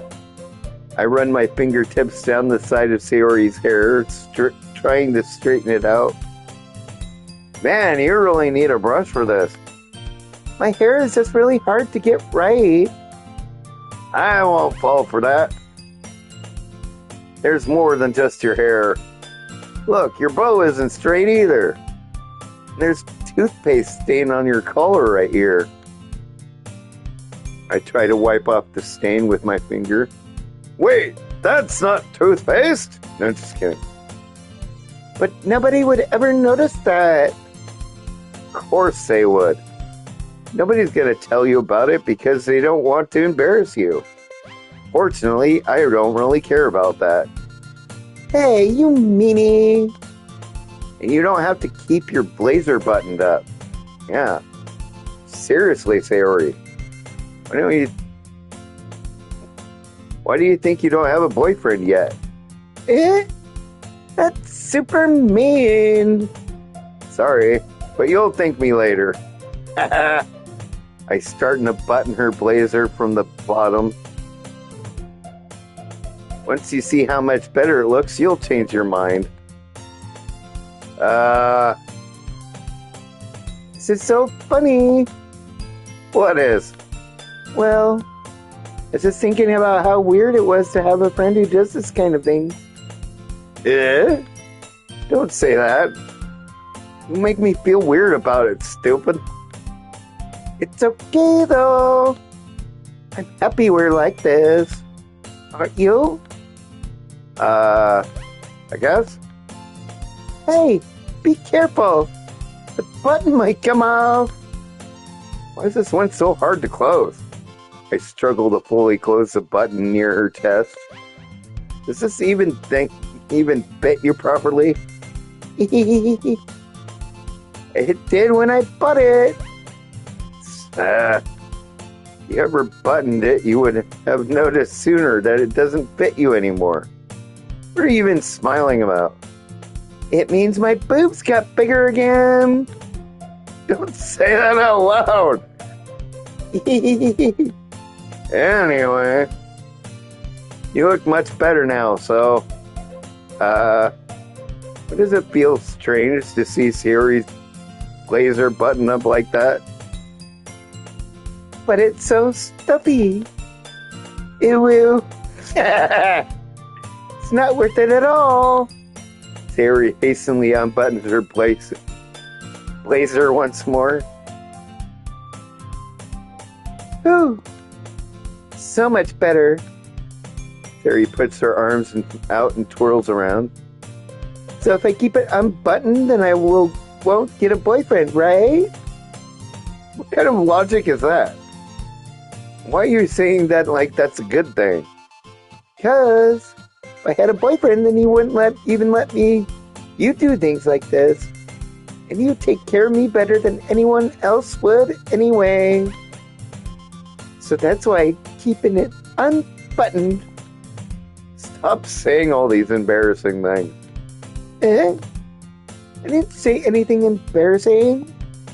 Jeez. Well, anyways, just focusing on trying to wake up a little earlier. Only if you focused on going to bed earlier. Fine. It's a deal. I guess we really are better at taking care of each other than we are at taking care of ourselves.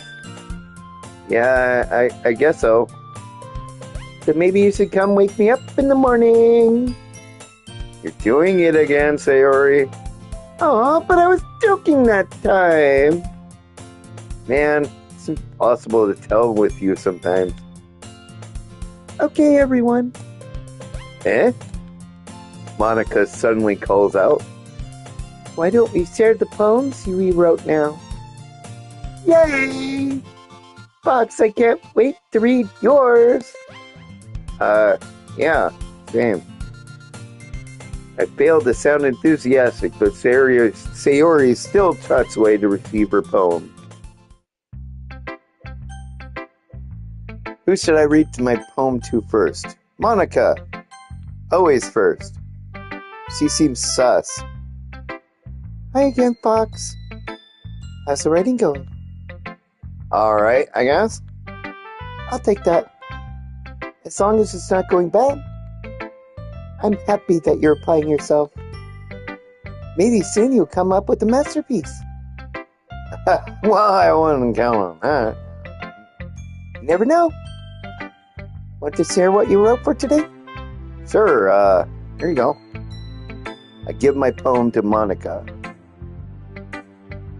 Alright. I like this one. Makes me think of something Sayori would like. Is that so? You and Sayori are really good friends, right? I wouldn't be surprised if you had all these sorts of things in common.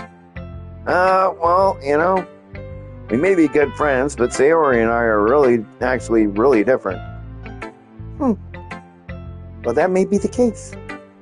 But maybe there are also some similarities that you wouldn't expect. The way she talks about you, it sounds like you two are really care about each other's well-being. Even if you show it in different ways, it ends up being more similar than you'd think. So I think that's the kind of vibe I get when reading your poem. Sure you're not reading into it too much? I could be. Oh gosh, I sound like Yuri. But in any case, Sayori's writing had some kind of a gentle feel to it. I could tell she likes exploring with emotions like happiness and sadness. You knew that somebody so happy would enjoy sad things too. Yeah, that's totally unexpected. Yep. Well, to each their own. And you shouldn't be afraid to experiment a little bit either. But anyway, you want to read my poem now? I like the way this one turns out, so I hope you do too. Alright, let's take a look. Save me. The colors, they won't stop. Bright, beautiful colors. Flashing, expanding, piercing, red, green, blue. An endless cacophony of meaningless noise. The noise, it won't stop. Violent, grating waveforms. Squeaking, screeching, piercing, sine, cosine, tangent. Like playing a chalkboard on a turntable. Like playing a vinyl on a pizza crust. An endless poem of meaningless. Yikes. Load me?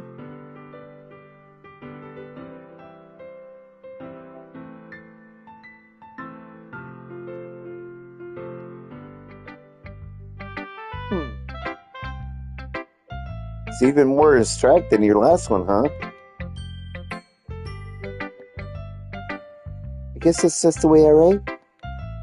I'm sorry if you don't like it. No, I never said that. It's just kind of the thing I've never really seen before, I guess. I kind of like playing with my space on the paper. Choosing where and how to space your words can really totally change the mood of that poem. It's almost like magic. The way I wrote the lines really short makes me feel like you're trying to speak over the noise. I see. Still hard for me to tell what it's about, though. Sometimes asking a poem what it's about isn't the right question. A poem can be as abstract as a physical expression of a feeling, or a conversation with the reader. So putting it that way, not every poem is about something. Anyway, here's Monica's writing tip of the day. Sometimes you'll find yourself facing a difficult decision.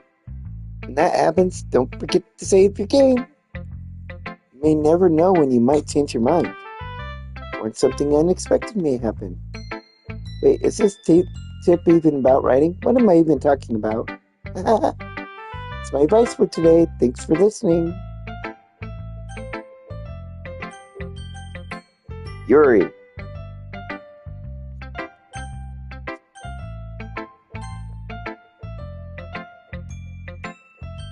Let's see what you've written for today. Oh, I mean... Let's see what you've written for today.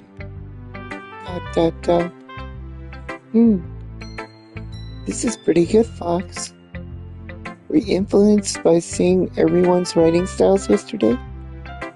I guess you could say that. I guess I was a little bit surprised about how differently everyone writes. So I respect you for trying new things. You don't need to be afraid to be a little bit more daring.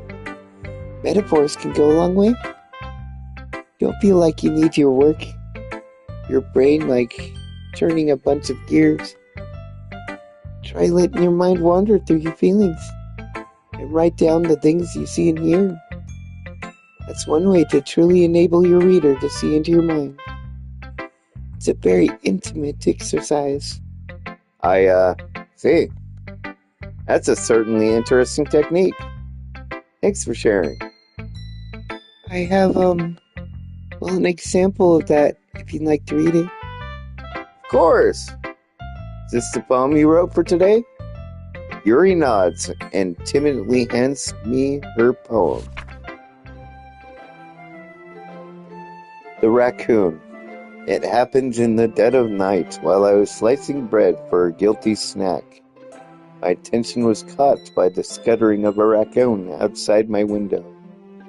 That was, I believe, the first time I noticed my strange tendency as an unordinary human. I gave the raccoon a piece of bread. My subconscious, well aware of the consequences, well aware that a raccoon that is fed will always come back for more. The enticing beauty of my cutting knife was a symptom. The bread, my hungry curiosity, the raccoon, an urge. The moon increments its phase, reflects that much of a light off my cutting knife. The very same light that glistens in the eyes of my raccoon friend. I slice the bread, fresh and soft. The raccoon becomes excited. Or perhaps I'm merely projecting my emotions onto the newly satisfied animal. The raccoon was taken to following me. You could say that we've gotten quite used to each other. The raccoon becomes hungry more and more frequently, so my bread is always handy. Every time I brandish my cutting knife, the raccoon shows me its excitement. A rush of blood. Classic Pavlovian conditioning. Slice the bread and I feel myself again. Wow. I was a little bit more daring with this one than yesterday's. I can see that. It's a lot more metaphorical. I don't know if it's my fault, but I can't begin to imagine what this poem's about. That's right. It's a bit closer to my preferred writing style. Using the poem as a canvas to express vivid imagery and conveying emotions through them. Yeah, if I take it at face value, then I can't even figure out what it's supposed to mean. Well, I think it's something that different people can relate to in their own way. I wanted to express the way it feels for me to indulge in my more unusual hobbies. It's those sort of things that I'm usually forced to keep to myself. So I sometimes enjoy writing about them. Why do you keep them to yourself? Because they're embarrassing. And people would make fun of me. Don't you have anything like that, folks? Well, yeah, I guess I do. I feel like everyone has this little something like that. The best we can do is respect each other and our individualities.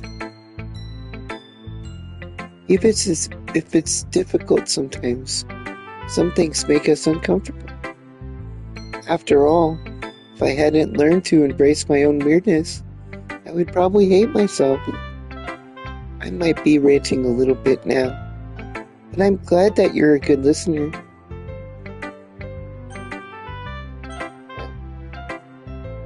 Sayori always laughs, you know what I mean? Sayori's just annoying. Well, it's not like it's gonna get any worse than your last one. But I really can't say it's any better either. Whew. Oh, what? Well, anything that isn't a train wreck, I'll take that as a win. And I get the feeling you're probably the most critical. Hey, what makes you... Glad to see someone recognizes my experience.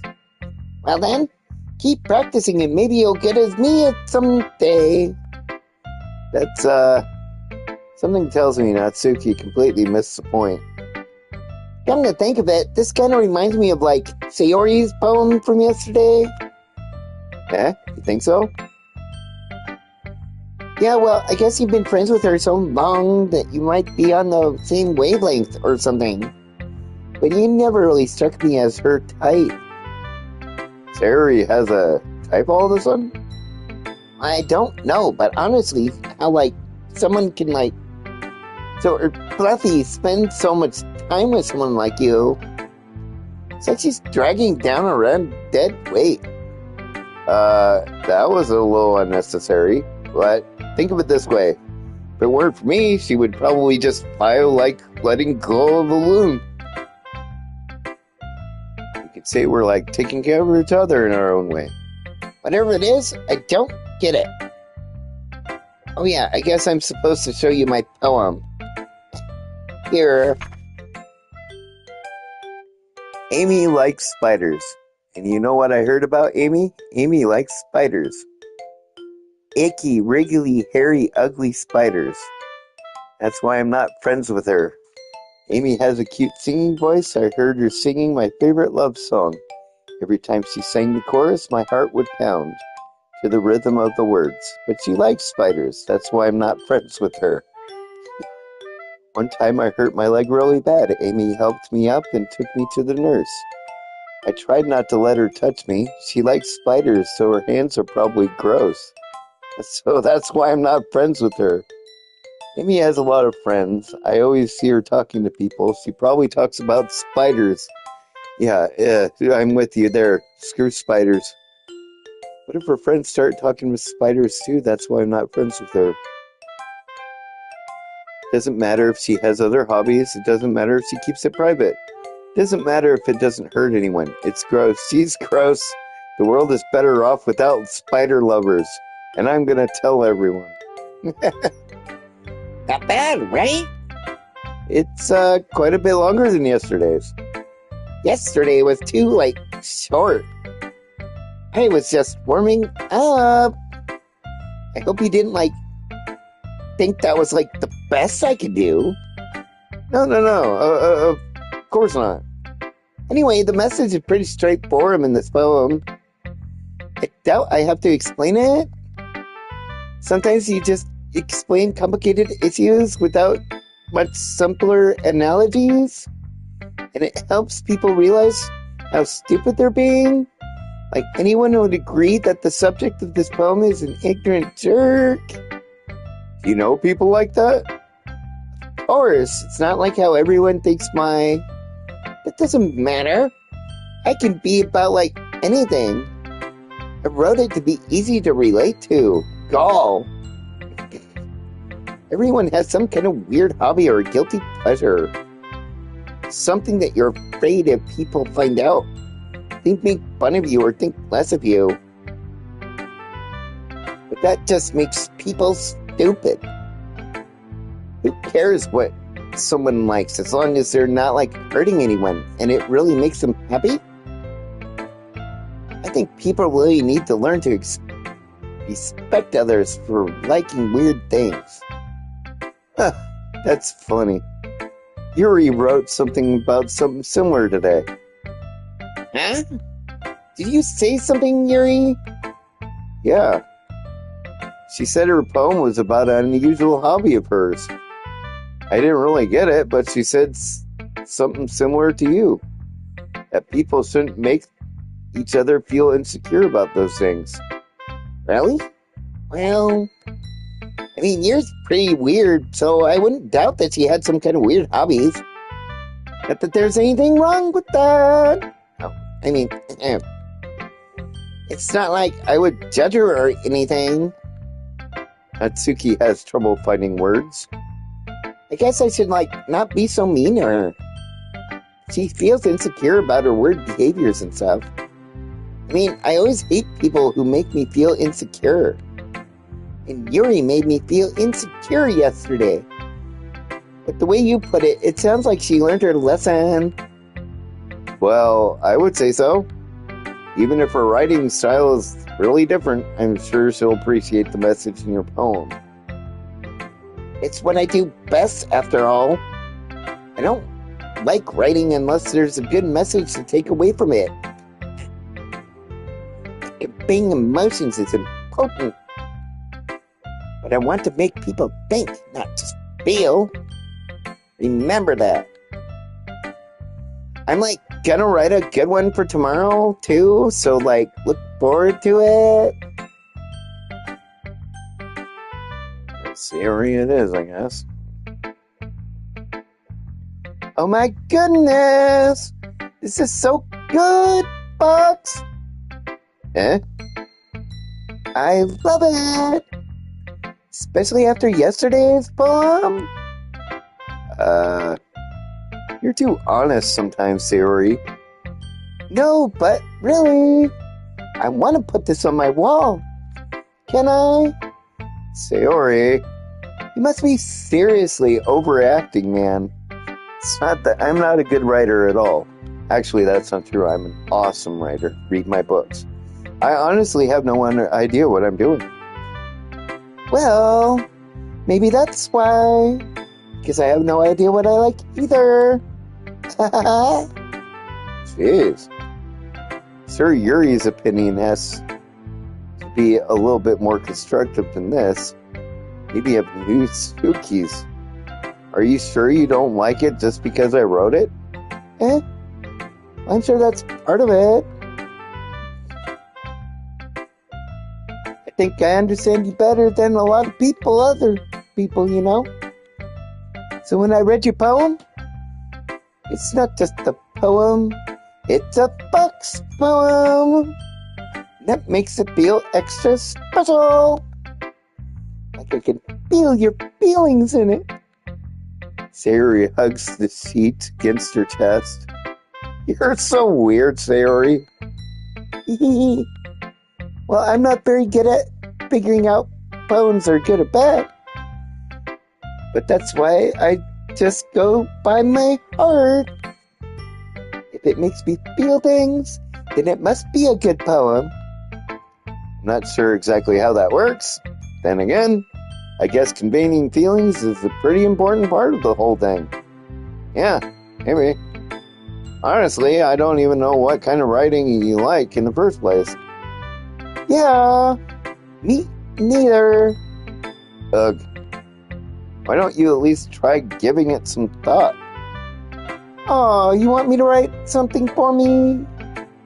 That's so sweet. Yeah, right. But you're always thinking about other people. You think about yourself once in a while. And if you don't, you might end up getting hurt at some point. Well, I don't know really what you mean, but I'll keep that in mind.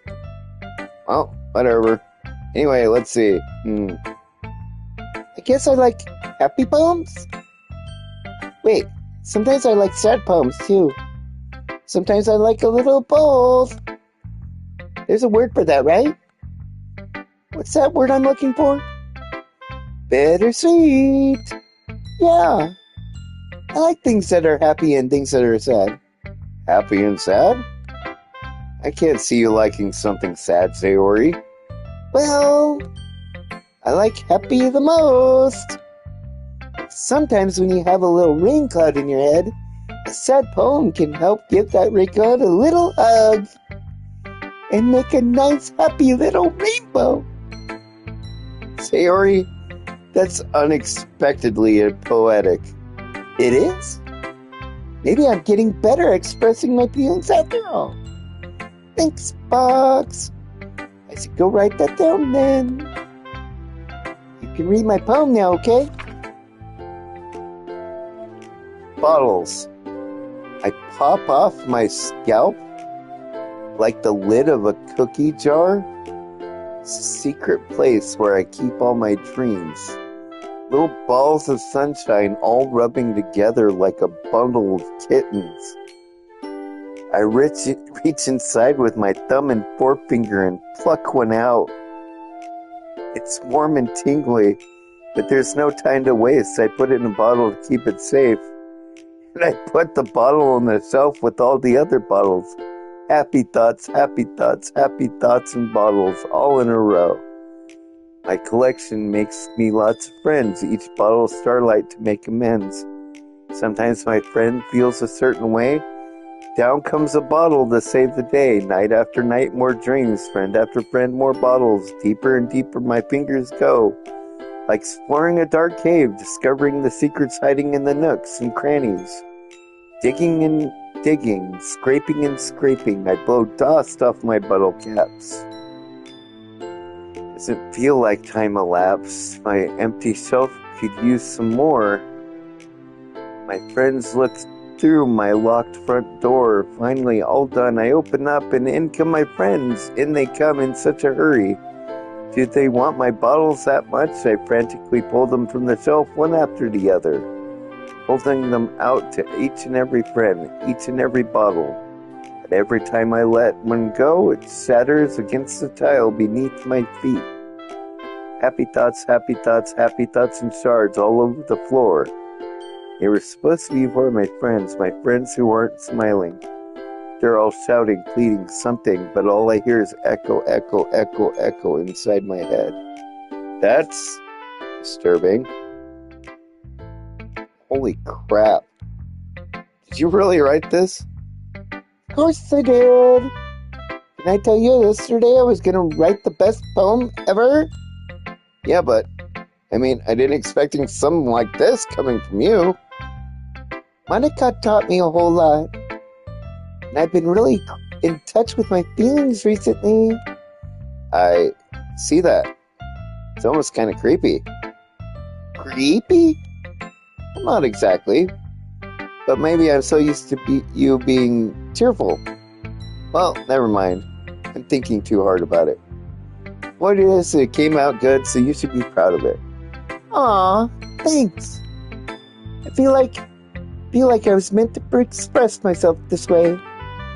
Helps me understand my feelings a little better. Writing is like magic. Gotten pretty passionate about this, huh? I hope you keep it up. Yeah, writing's the best. I'm gonna keep writing until I die. Well, don't get ahead of yourself. Sayori's always had a habit of getting obsessed with something before dropping it no more than a week later. I wonder if this is one of those times. But seeing the passion in her eyes makes it hard for me to be pessimistic. Yeah. Okay, everyone. We're all reading each other's poems, right? I have something extra planned today, so if everyone can come sit in the front of the room. Is this about the festival? Well, sort of. Hey, do we really have to do something for the festival? It's not like we can put together anything good in the next few days. We'll just end up embarrassing ourselves instead of, getting any new members. That's a concern for me as well. I don't really do well with last-minute preparations. Don't worry so much. We're gonna keep it simple, okay? We don't need much more than a few decorations. Sayori has been working on the posters, and I've designed some pamphlets we can give out during the event. Okay, that's great and all. That doesn't mean we're actually going to be doing for the event. Ah, sorry. I thought you heard about it already. We're going to be performing. Performing? Monica? Yeah, we're going to be having a poetry performance.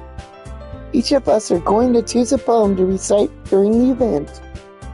But the cool part is, we're going to let anyone else come up and recite poems too. Sayori's putting it all on the posters in case anyone wants to prepare ahead of time. Sayori has been coloring a poster, holds it up for us to see. Are you kidding me, Monica? You didn't really already start putting those posters up, did you? Well, I did. Do you really think it's a bad kind of idea? Well, no. It's not a bad idea. But I didn't sign up for this, you know? There's no way I'm going to be performing again in front of a group of people like that. I agree with Doki. I could never in my life do something like that. Imagining it, Yuri shakes her head in fear. Guys! No, Sayori. What I'm playing right now is called Doki Doki Literature Club. I understand where they're coming from. Remember that Natsuki and Yuri have never shared their poems with anybody until just a couple days ago. It's a lot to ask for them to recite their poems out loud to a whole room full of people. I guess I kind of overlooked that. So I'm sorry. I know. But I still think we should give it our best. We're the only ones responsible for the fate of this cub.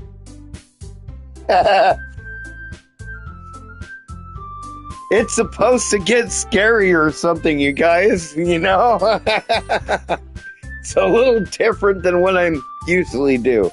But it was Friday the 13th, and I thought, why not, right?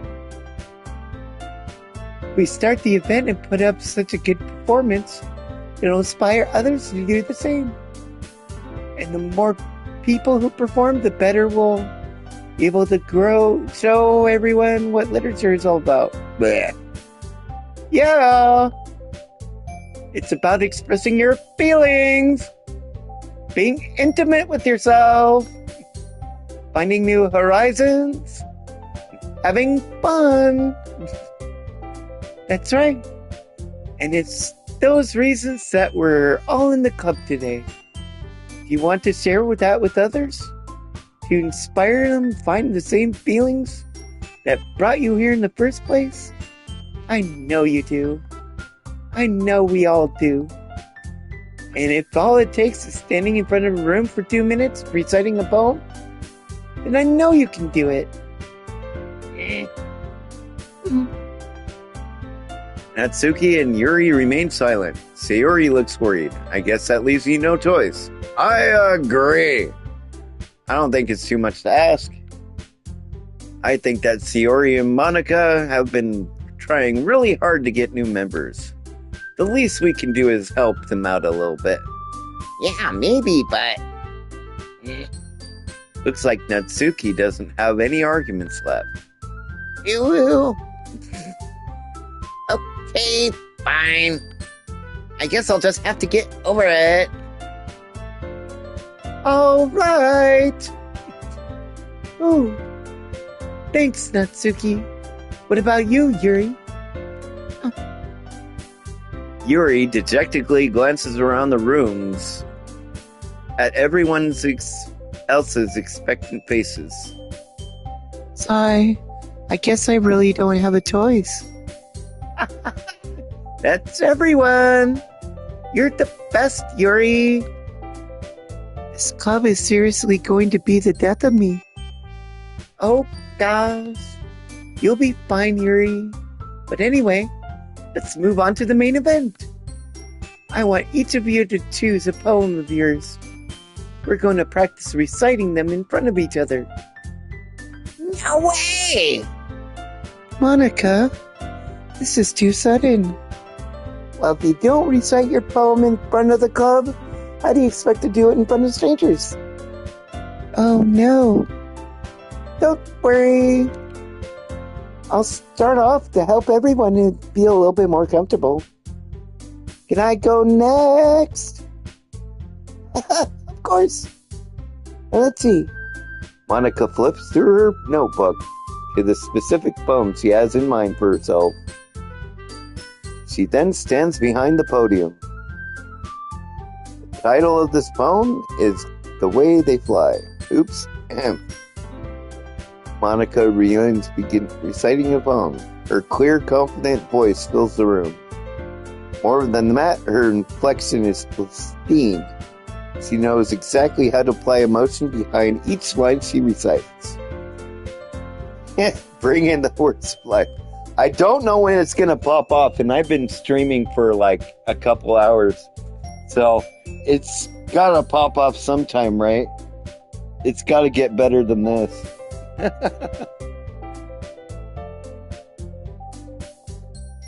Finally, Monica finishes the recitation. The four of us applaud. Monica takes a breath and smiles. That was so good, Monica. Thank you very much.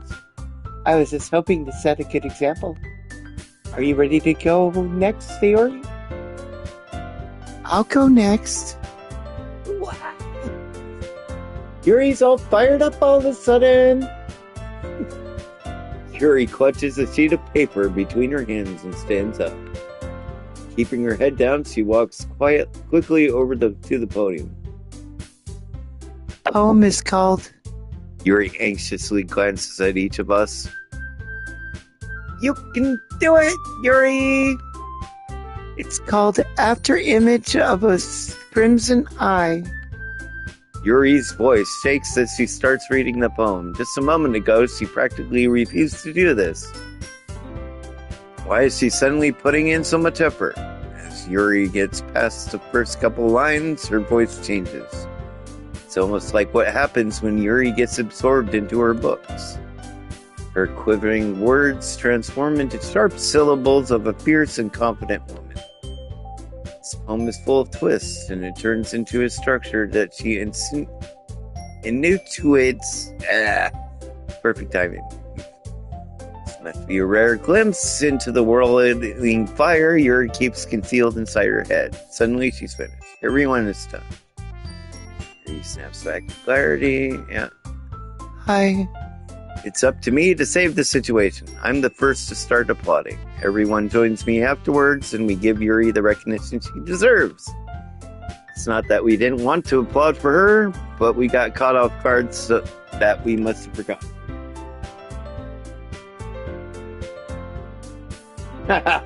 Give this game to a young child and see what their mental state will be after? Yeah, maybe. At a certain point, I think like one of the characters, like Monica, starts really falling in love with you. Like not your character, you, but you as a person, as in you. Yeah.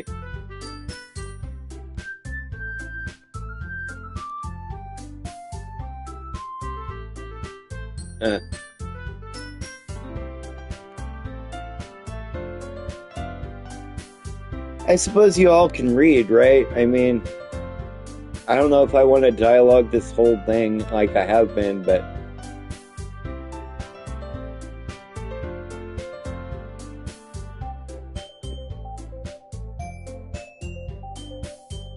maybe.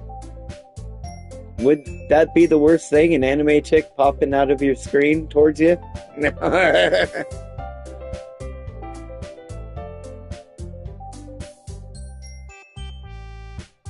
Sayori's poem isn't as teary as he is.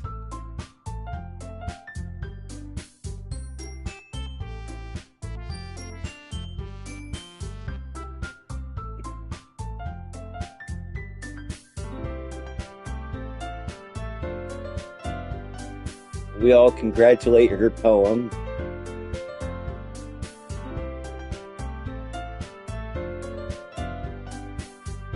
But I'm waiting for like that horror moment, and then I'll call it good for now, you know.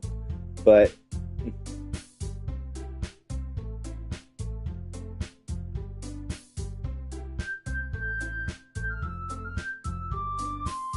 do you mean touch grass? Let me have this dating sim moment, son.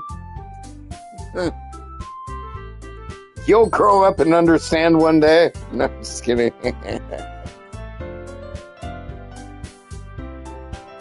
Don't make me go before Foxx.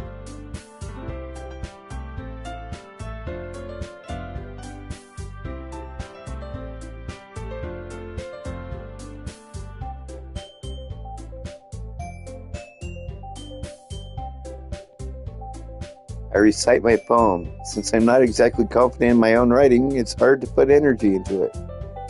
Once I finish, I receive applause anyway, because he's the only dude in the literature club, man.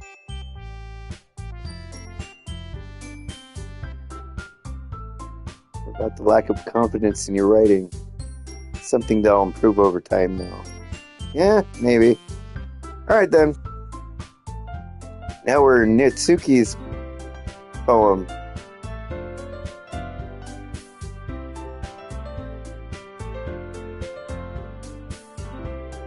The poem is called Jump.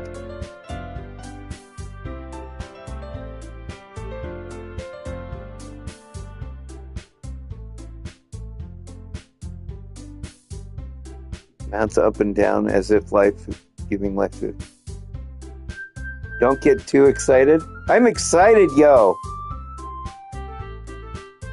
I'm excited about where this teenage drama is going, yo.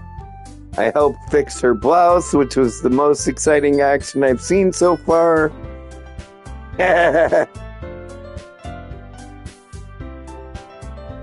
Card club? Yeah, maybe.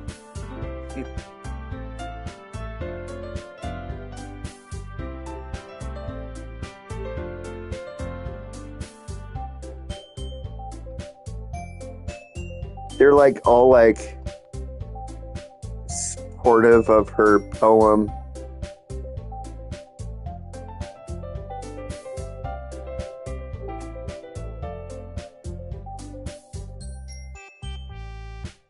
Probably find some other poem to recite instead.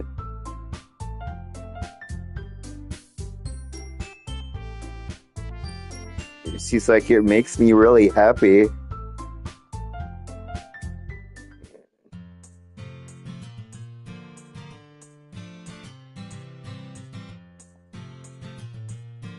We'll finish planning tomorrow. Oh, so that's how you do it.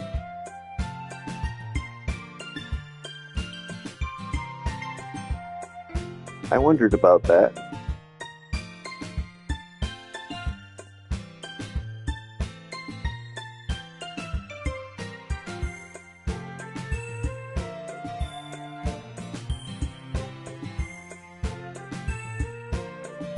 Ah.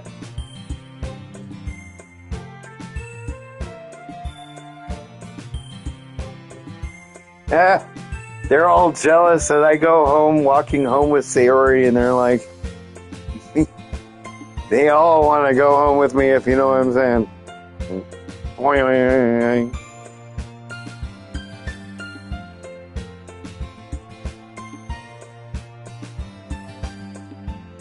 I no wonder.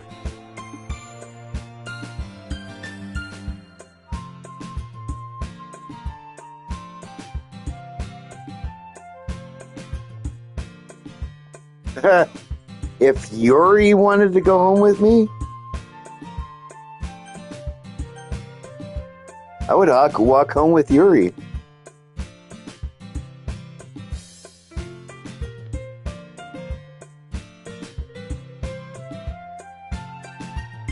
She's so beautiful and smart. Well, she's got big hooters.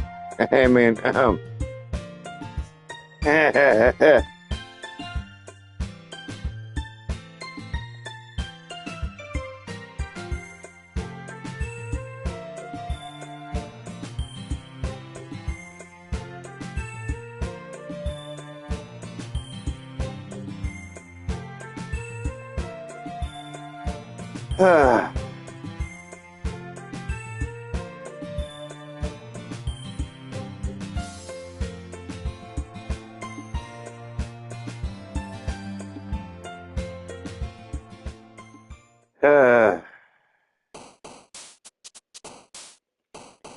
man, something best happened today on this thing.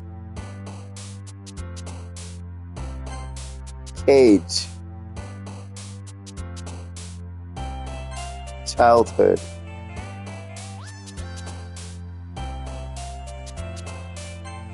Ooh. Pure.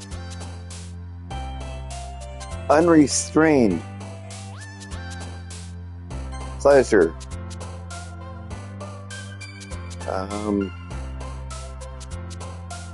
Wonderful.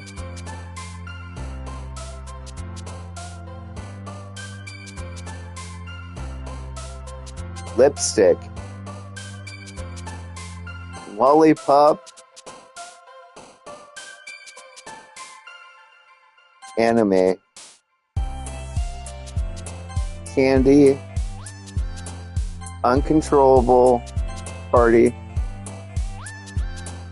Yeah, thanks for stopping by. I know it's not too entertaining today. I'll play something else tomorrow, likely. But I want to get to the scary part tonight, and I won't stop until I do. contamination, essence,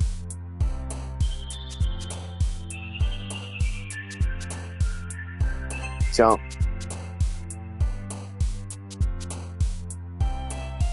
whisper, unstable,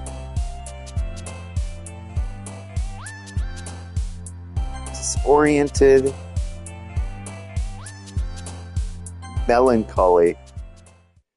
I'm being all depressive with my words this day.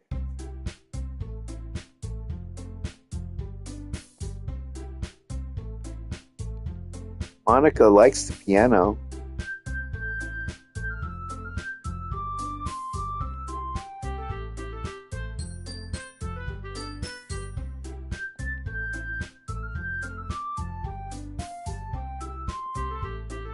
They're all talking about the festival.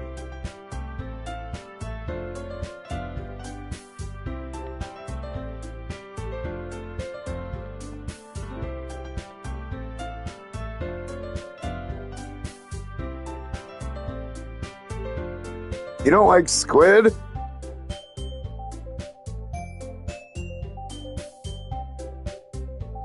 Eh.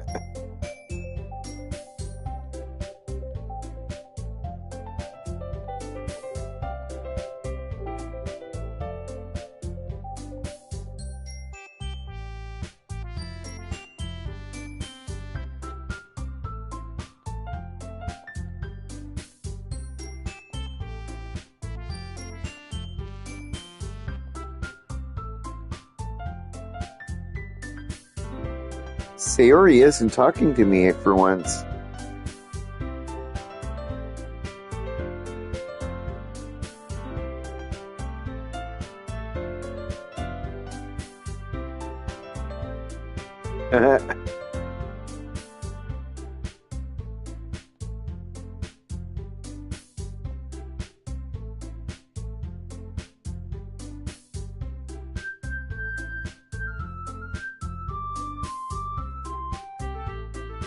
You noticed anything up with her? She looks a little down.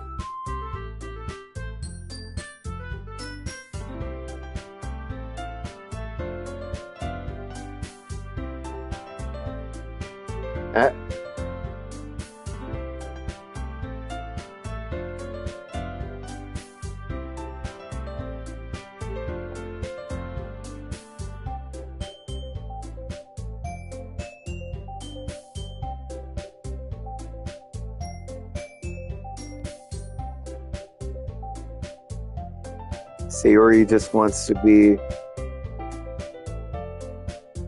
alone, and then I'm on her mind.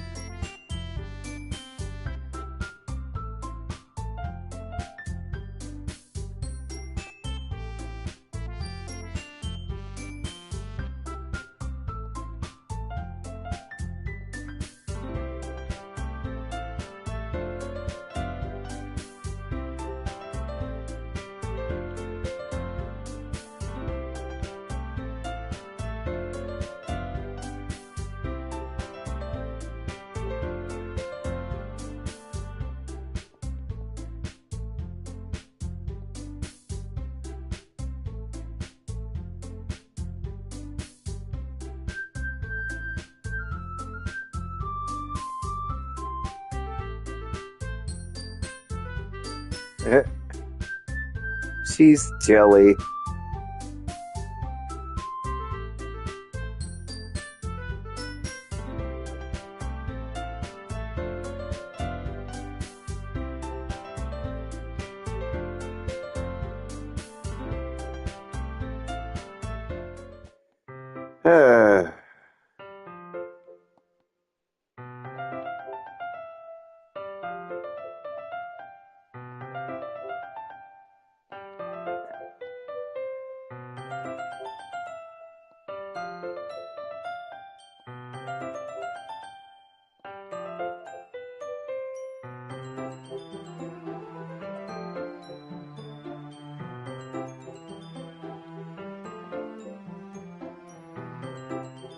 She seems off today.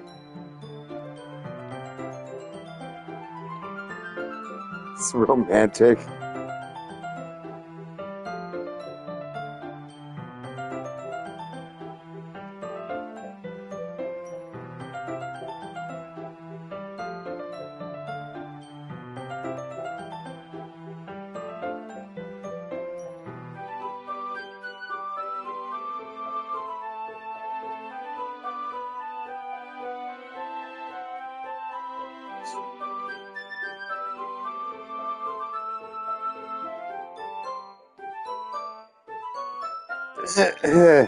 We're just good friends, honestly. Me and Sayori, you know, it's just good friends.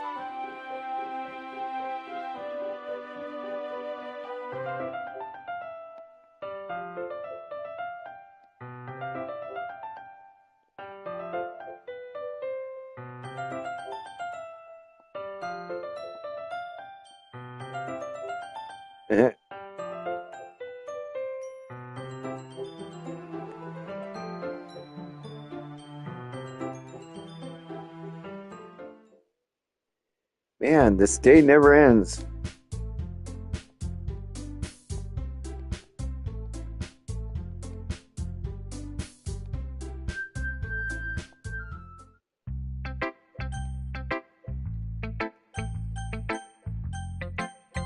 Monica first, of course.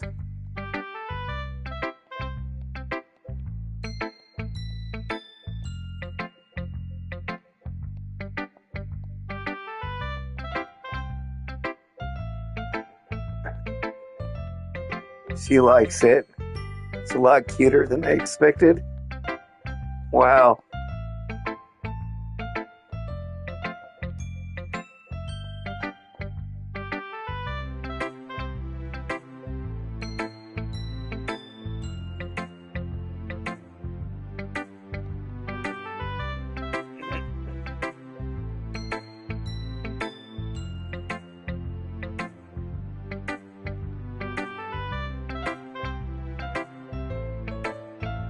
She likes my poem.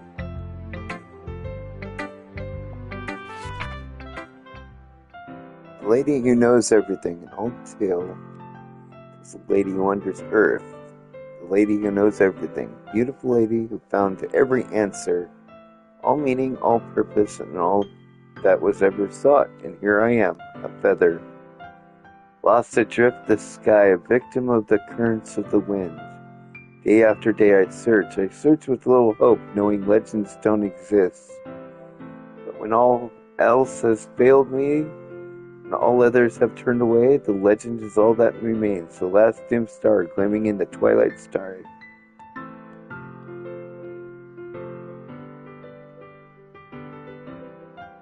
Huh.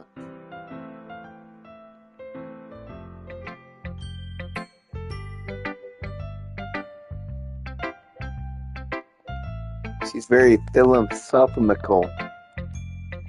Where's the horror element, yo?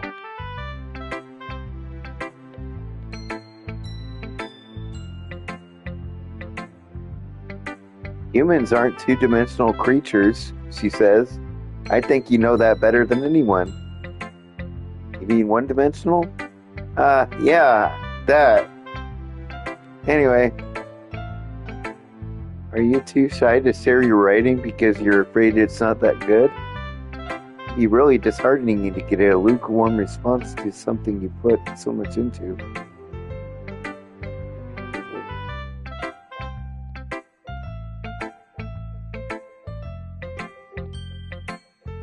want to focus on everything that went into it and the things you can work on.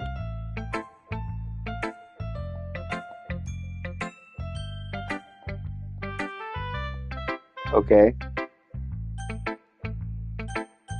Yori, of course. She's always my second.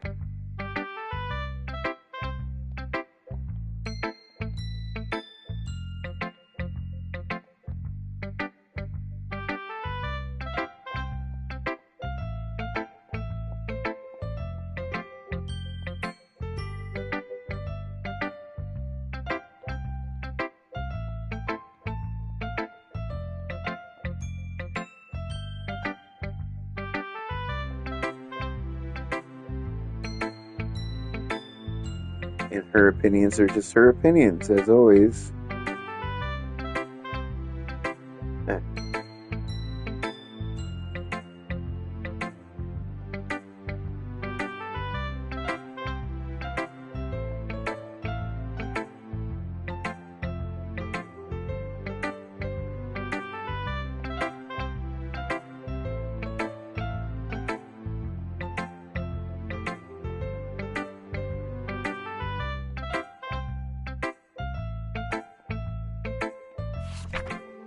Here's her poem.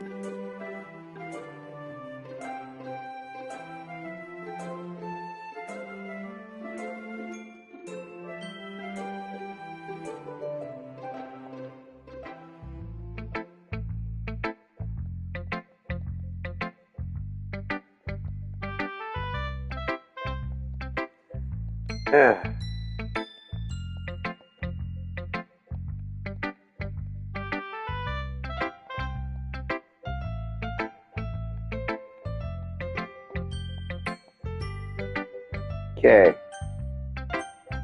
Natsuki.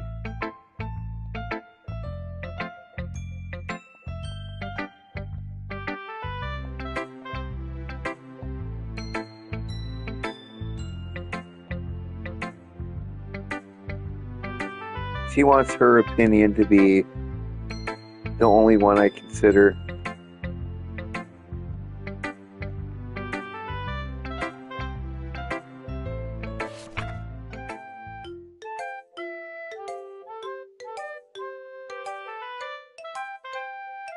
He wrote about the beach.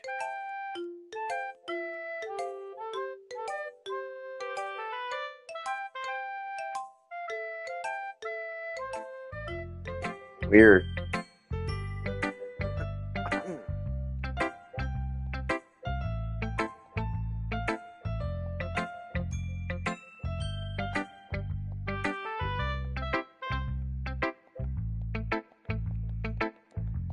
Let's check up on Sayori.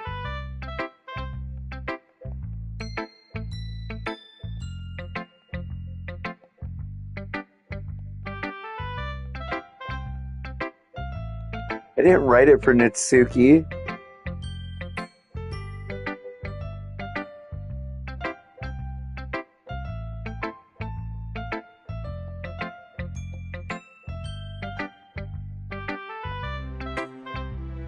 She says nothing's wrong.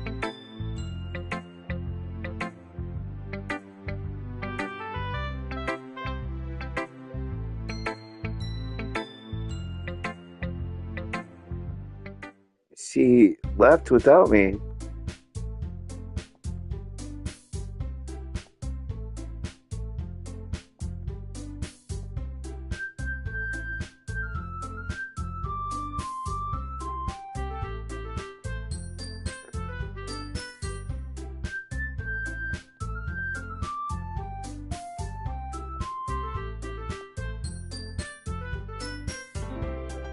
Sayori isn't here, yeah.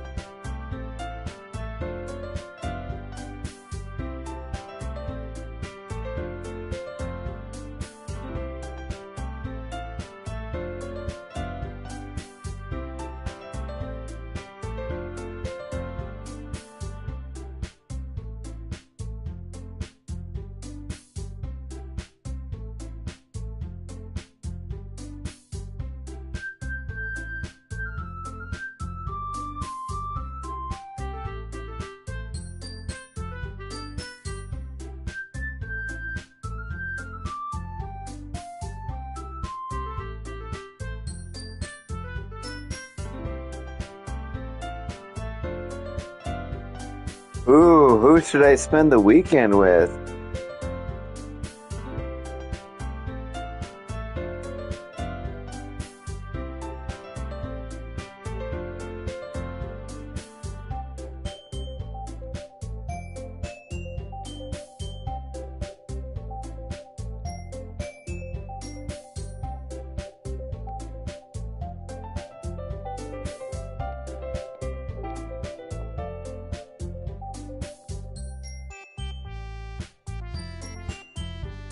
Eh,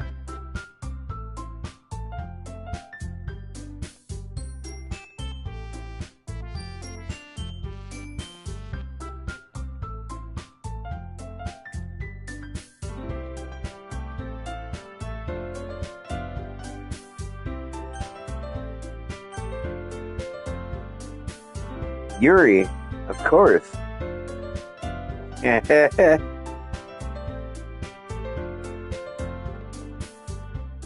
I want to stay with her this weekend.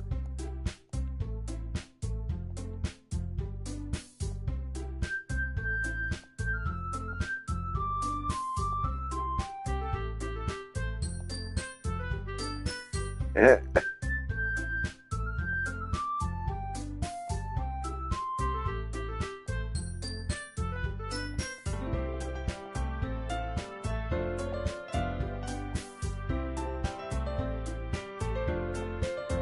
eh,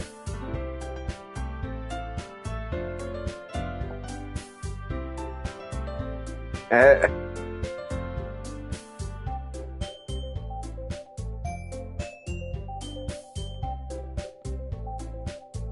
eh. She's jealous.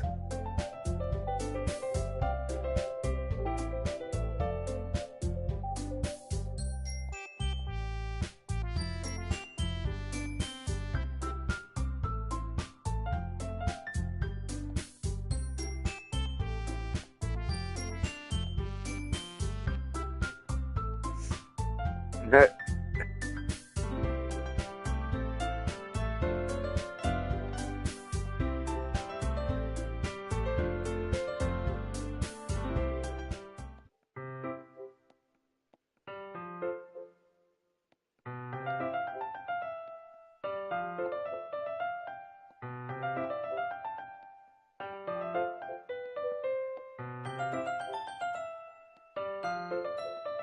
eh,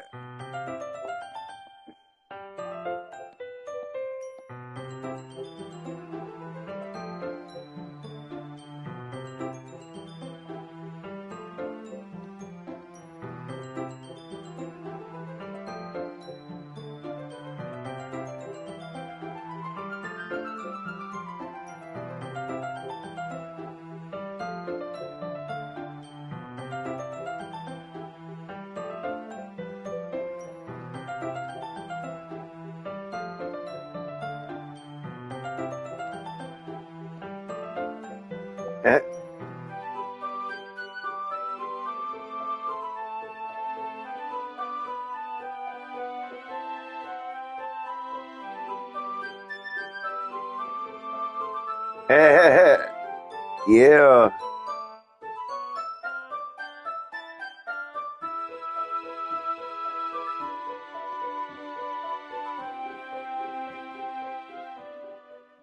She'll be at my house on Sunday.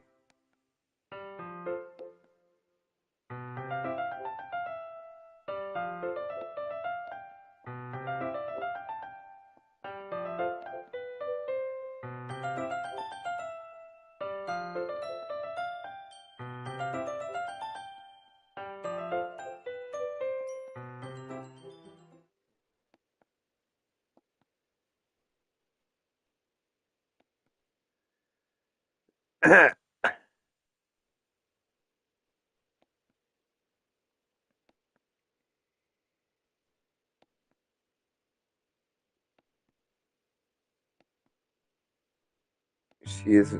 Oh, she is home.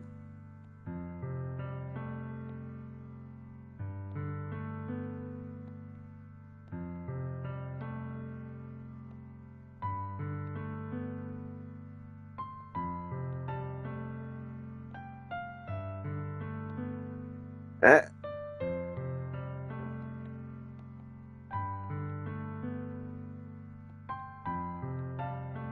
Monica told her. Of course Monica did.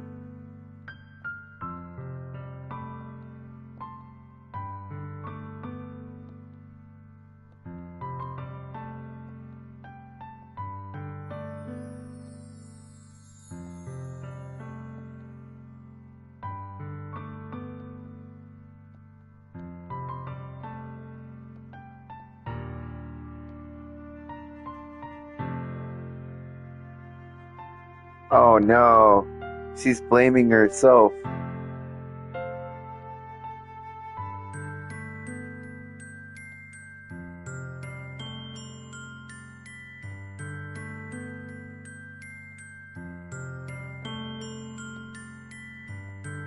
Uh,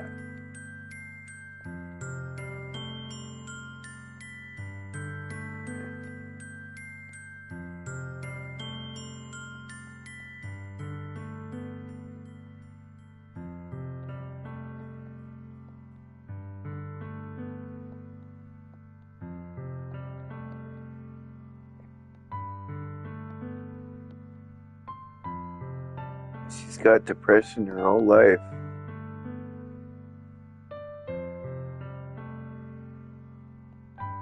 Oh man, this got deep.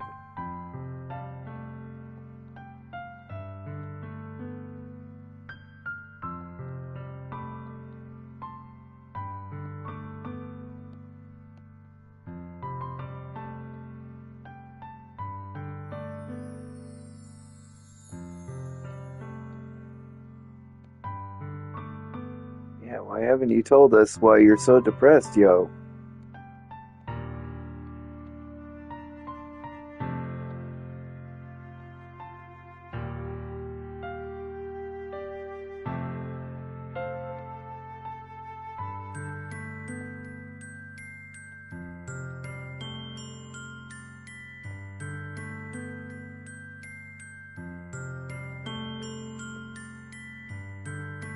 Get closer. It feels like a spear going through my heart.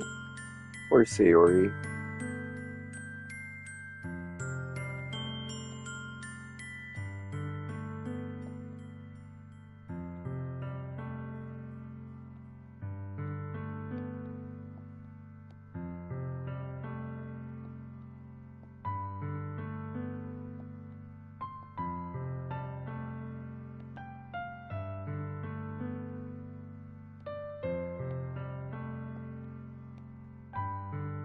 She's like, I'm just weak and selfish. And it's like, girl, you're fine.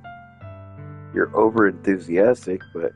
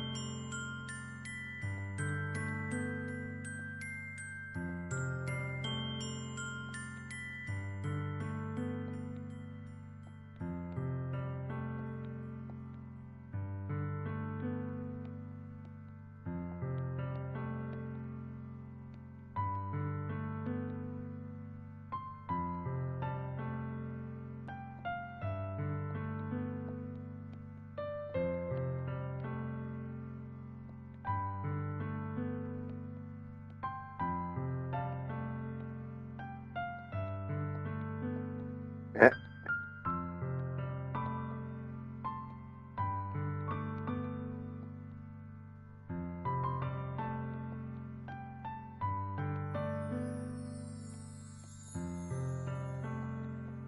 Yeah, what a buzzkill. At least Yuri's gonna be here.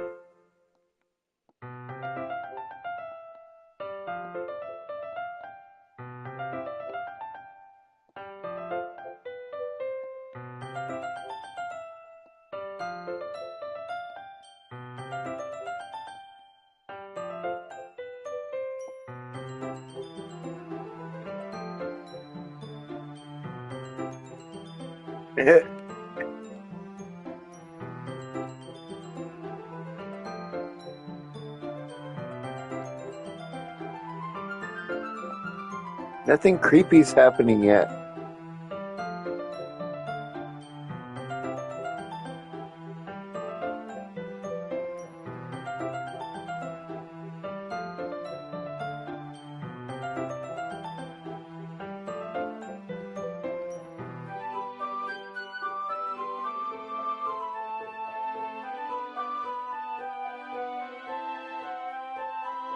Aromatherapy candles.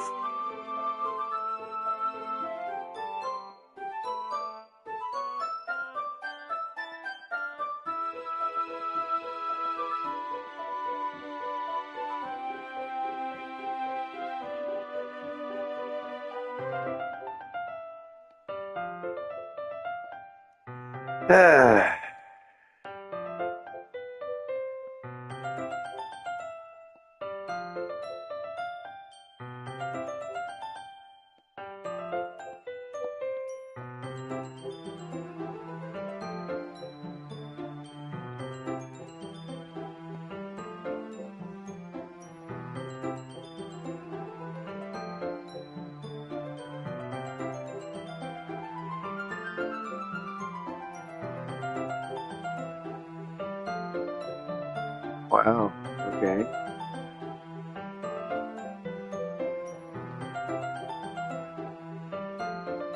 Uh,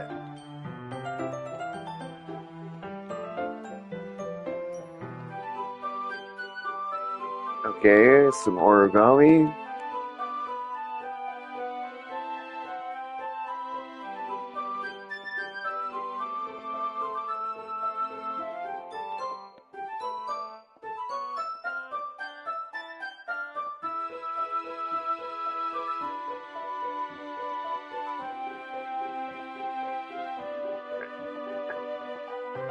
Okay.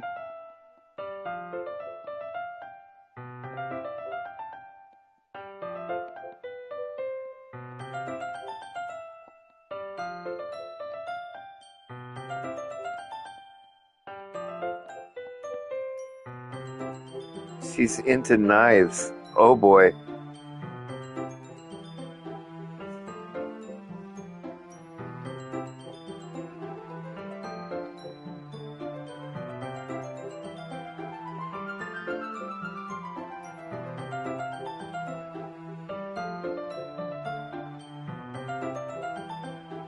Uh,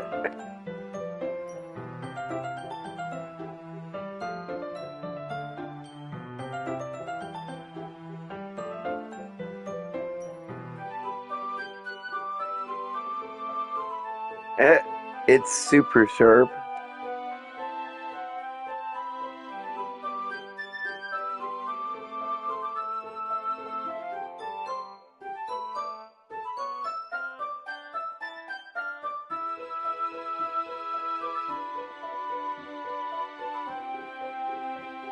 She puts my finger into her mouth and licks the wound. Wow.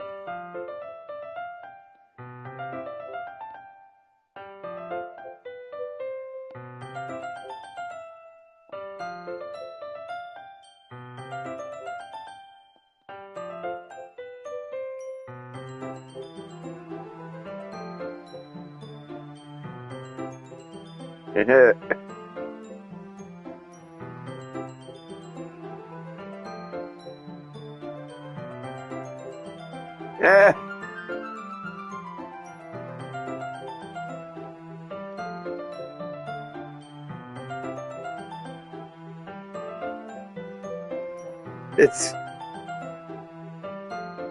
we like licked each other's fingers now, I guess.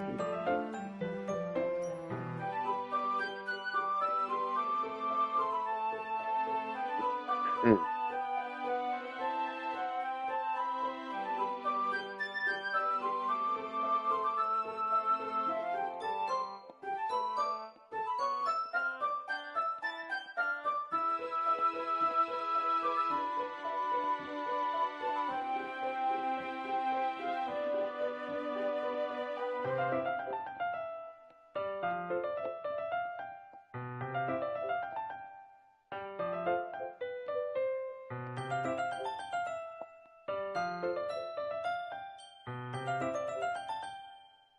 Unrolling her sleeve.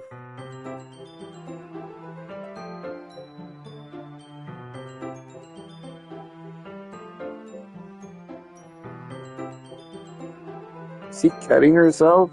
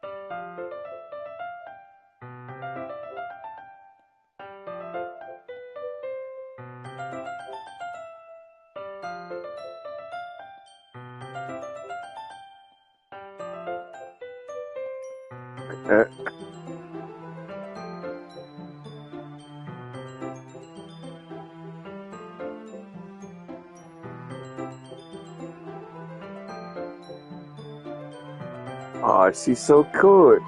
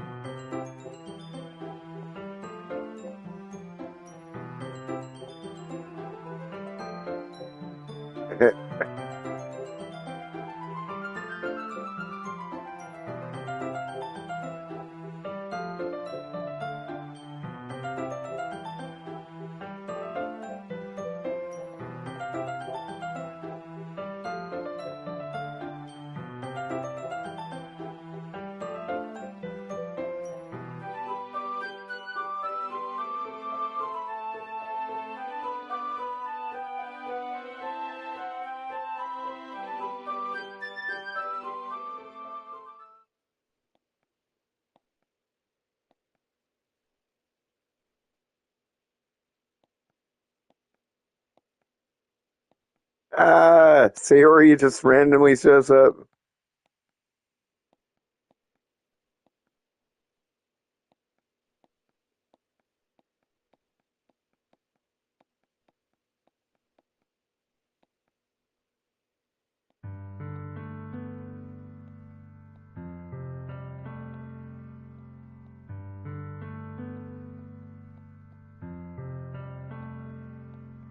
She wanted to know how much fun I was having with Yuri.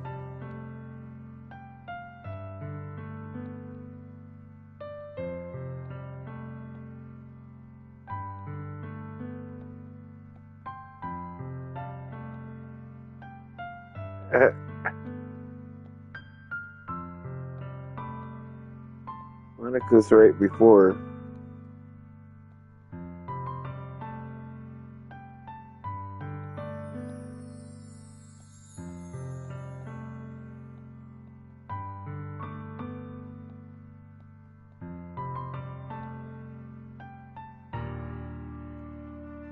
She's scared that she might like me more than I like her.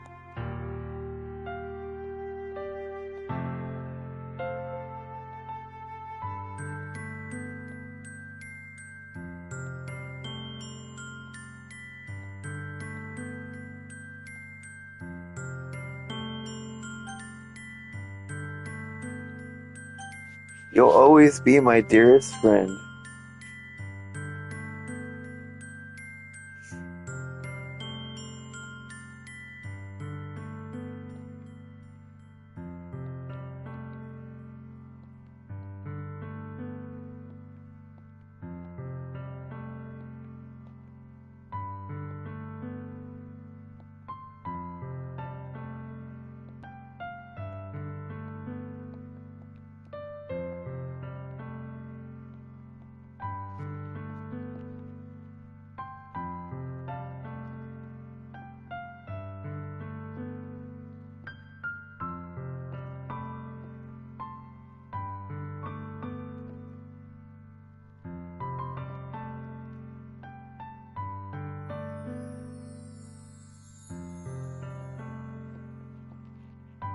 She's hurt.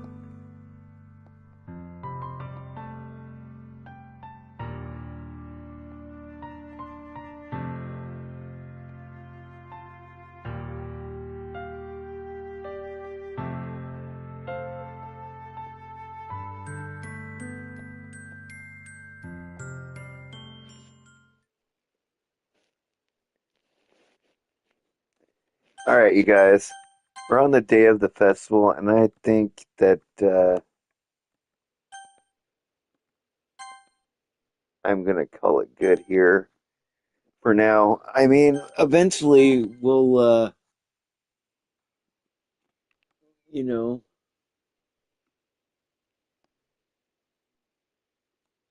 we'll continue on, I suppose. But it's been a little weird, I guess, for you guys and all that. So I'll see you guys next time. All right. Thanks for coming and watching. Wait, what's this?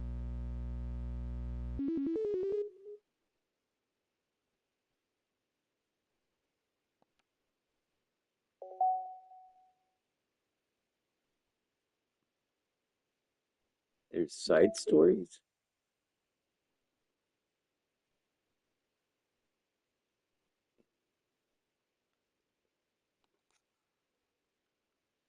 Okay.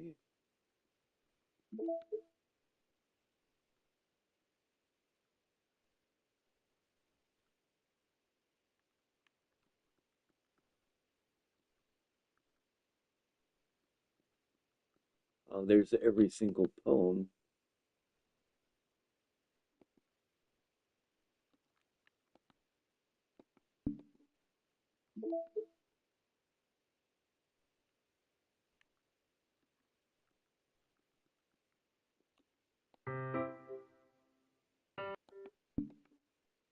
Interesting.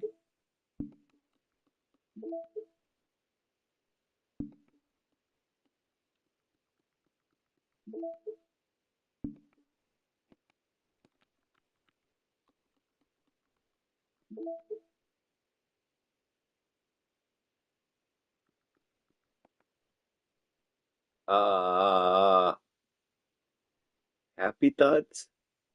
PNG?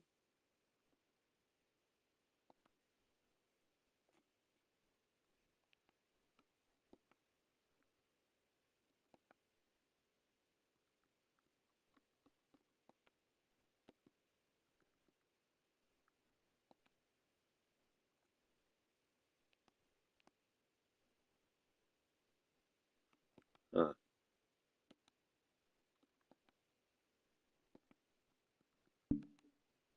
Interesting.